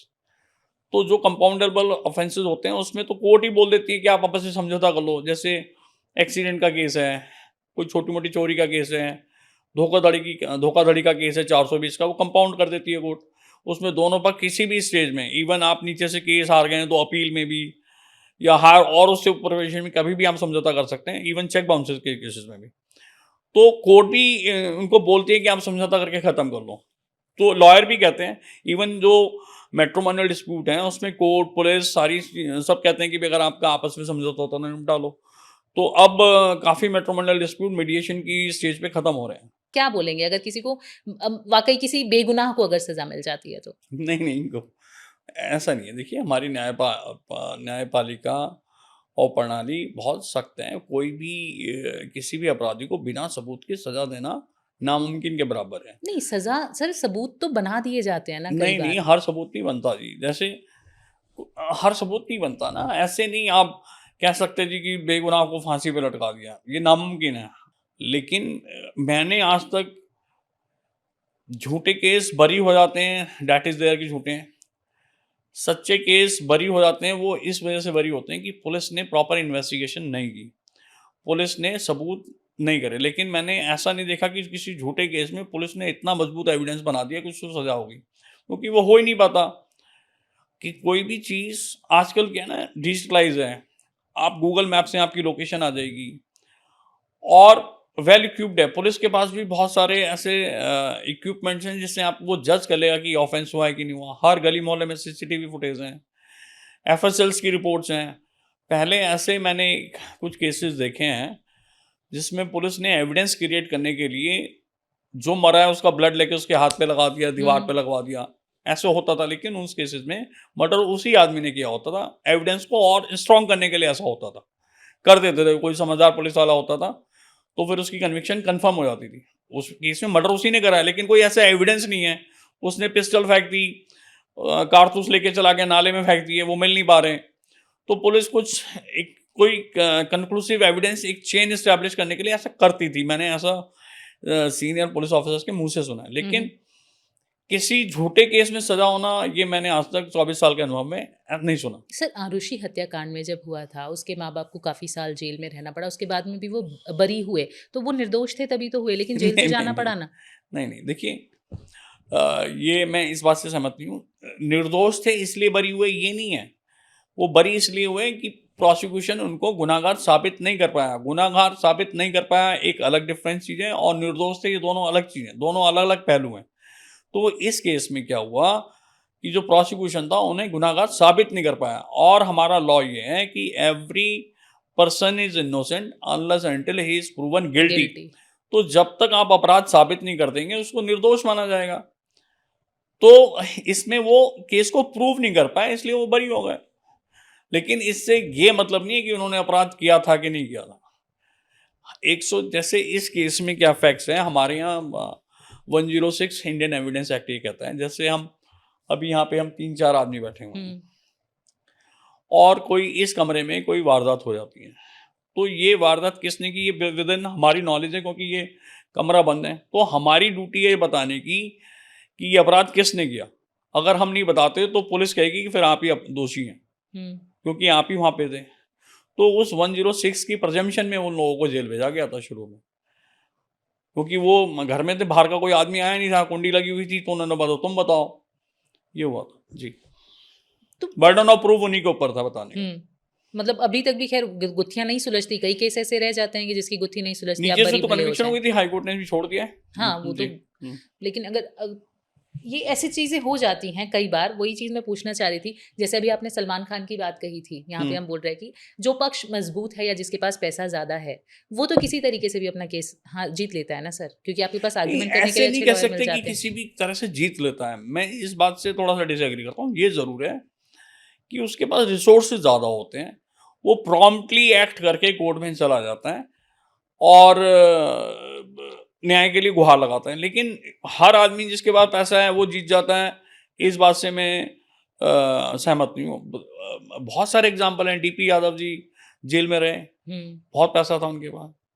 आशाराम जी जेल में हैं, बाबा राम रहीम जेल में, इनके पास पैसे तो की ये कमी सब थोड़ी है। हाइप हो गए ना सर केसेस, हाँ, जो चीजें हाइप हो गई उसमें तो आप फिर छुपा नहीं सकते ना उनको। तो ऐसे तो सलमान खान का भी हुआ था। मैं सिर्फ यहाँ पे ये कहना चाह रहा हूँ कि आप इससे ऐसे रिलेट नहीं कर सकते। ये ज़रूर है जो पैसे वाले हैं उनके पास रिसोर्सेज होते हैं, वो बहुत best expertise of particular field को हायर कर लेंगे, वो उनको हेल्प करेगा, वो कोई ऐसा लकूना होगा उसे पिन पॉइंट करेगा, जज साहब को समझ में आ जाएगा, उसको रिलीफ मिल जाएगा। लेकिन हर पैसे वाले को न्याय मिल जाएगा, हर पैसे वाला रिलीफ हो जाएगा, फिर तो हमारी व्यवस्था सारी चौपट हो जाएगी।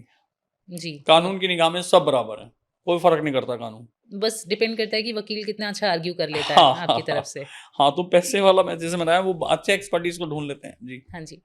अगर हम ज़िम्मेदार नागरिक के तौर पर बात करें, तो हम जैसे सोशल मीडिया का हमने बोला कि काफ़ी इन्फ्लुएंस हो जाता है। किस तरीके से सोशल मीडिया को यूज़ करना चाहिए सर? सोशल मीडिया के अगेंस्ट भी क्या कुछ कानून हैं ऐसे कि आप अगर गलत यूज़ करते हैं या गलत इस्तेमाल करते हैं, तो उस पे भी आपको केसेज़ हो जाएँगे या देखिए, कुछ हो मीडिया जाएगा? और सोशल मीडिया दोनों को ताकीद है सुप्रीम कोर्ट की कि कोई भी चीज़ आप विदाउट वेरीफाइंग द फैक्ट्स ना दिखाएँ। मीडिया बहुत सारी जजमेंट हैं जिसमें सुप्रीम कोर्ट ने गाइडलाइन दी हुई हैं कि आप कोई भी न्यूज़ चलाते हैं तो उसको विदाउट वेरीफाइंग द फैक्ट्स ना चलाएं, आप उसको वेरीफाई जरूर करें। अगर नहीं करते तो फिर वो ब्रॉडकास्टिंग के पैनल हैं, वो आपके खिलाफ मतलब कुछ ना कुछ एक्शन हो सकता है कि आपने एक विदाउट वेरीफाइंग द फैक्ट्स आपने एक खबर चला दी, हुँ, you misguided the public at large.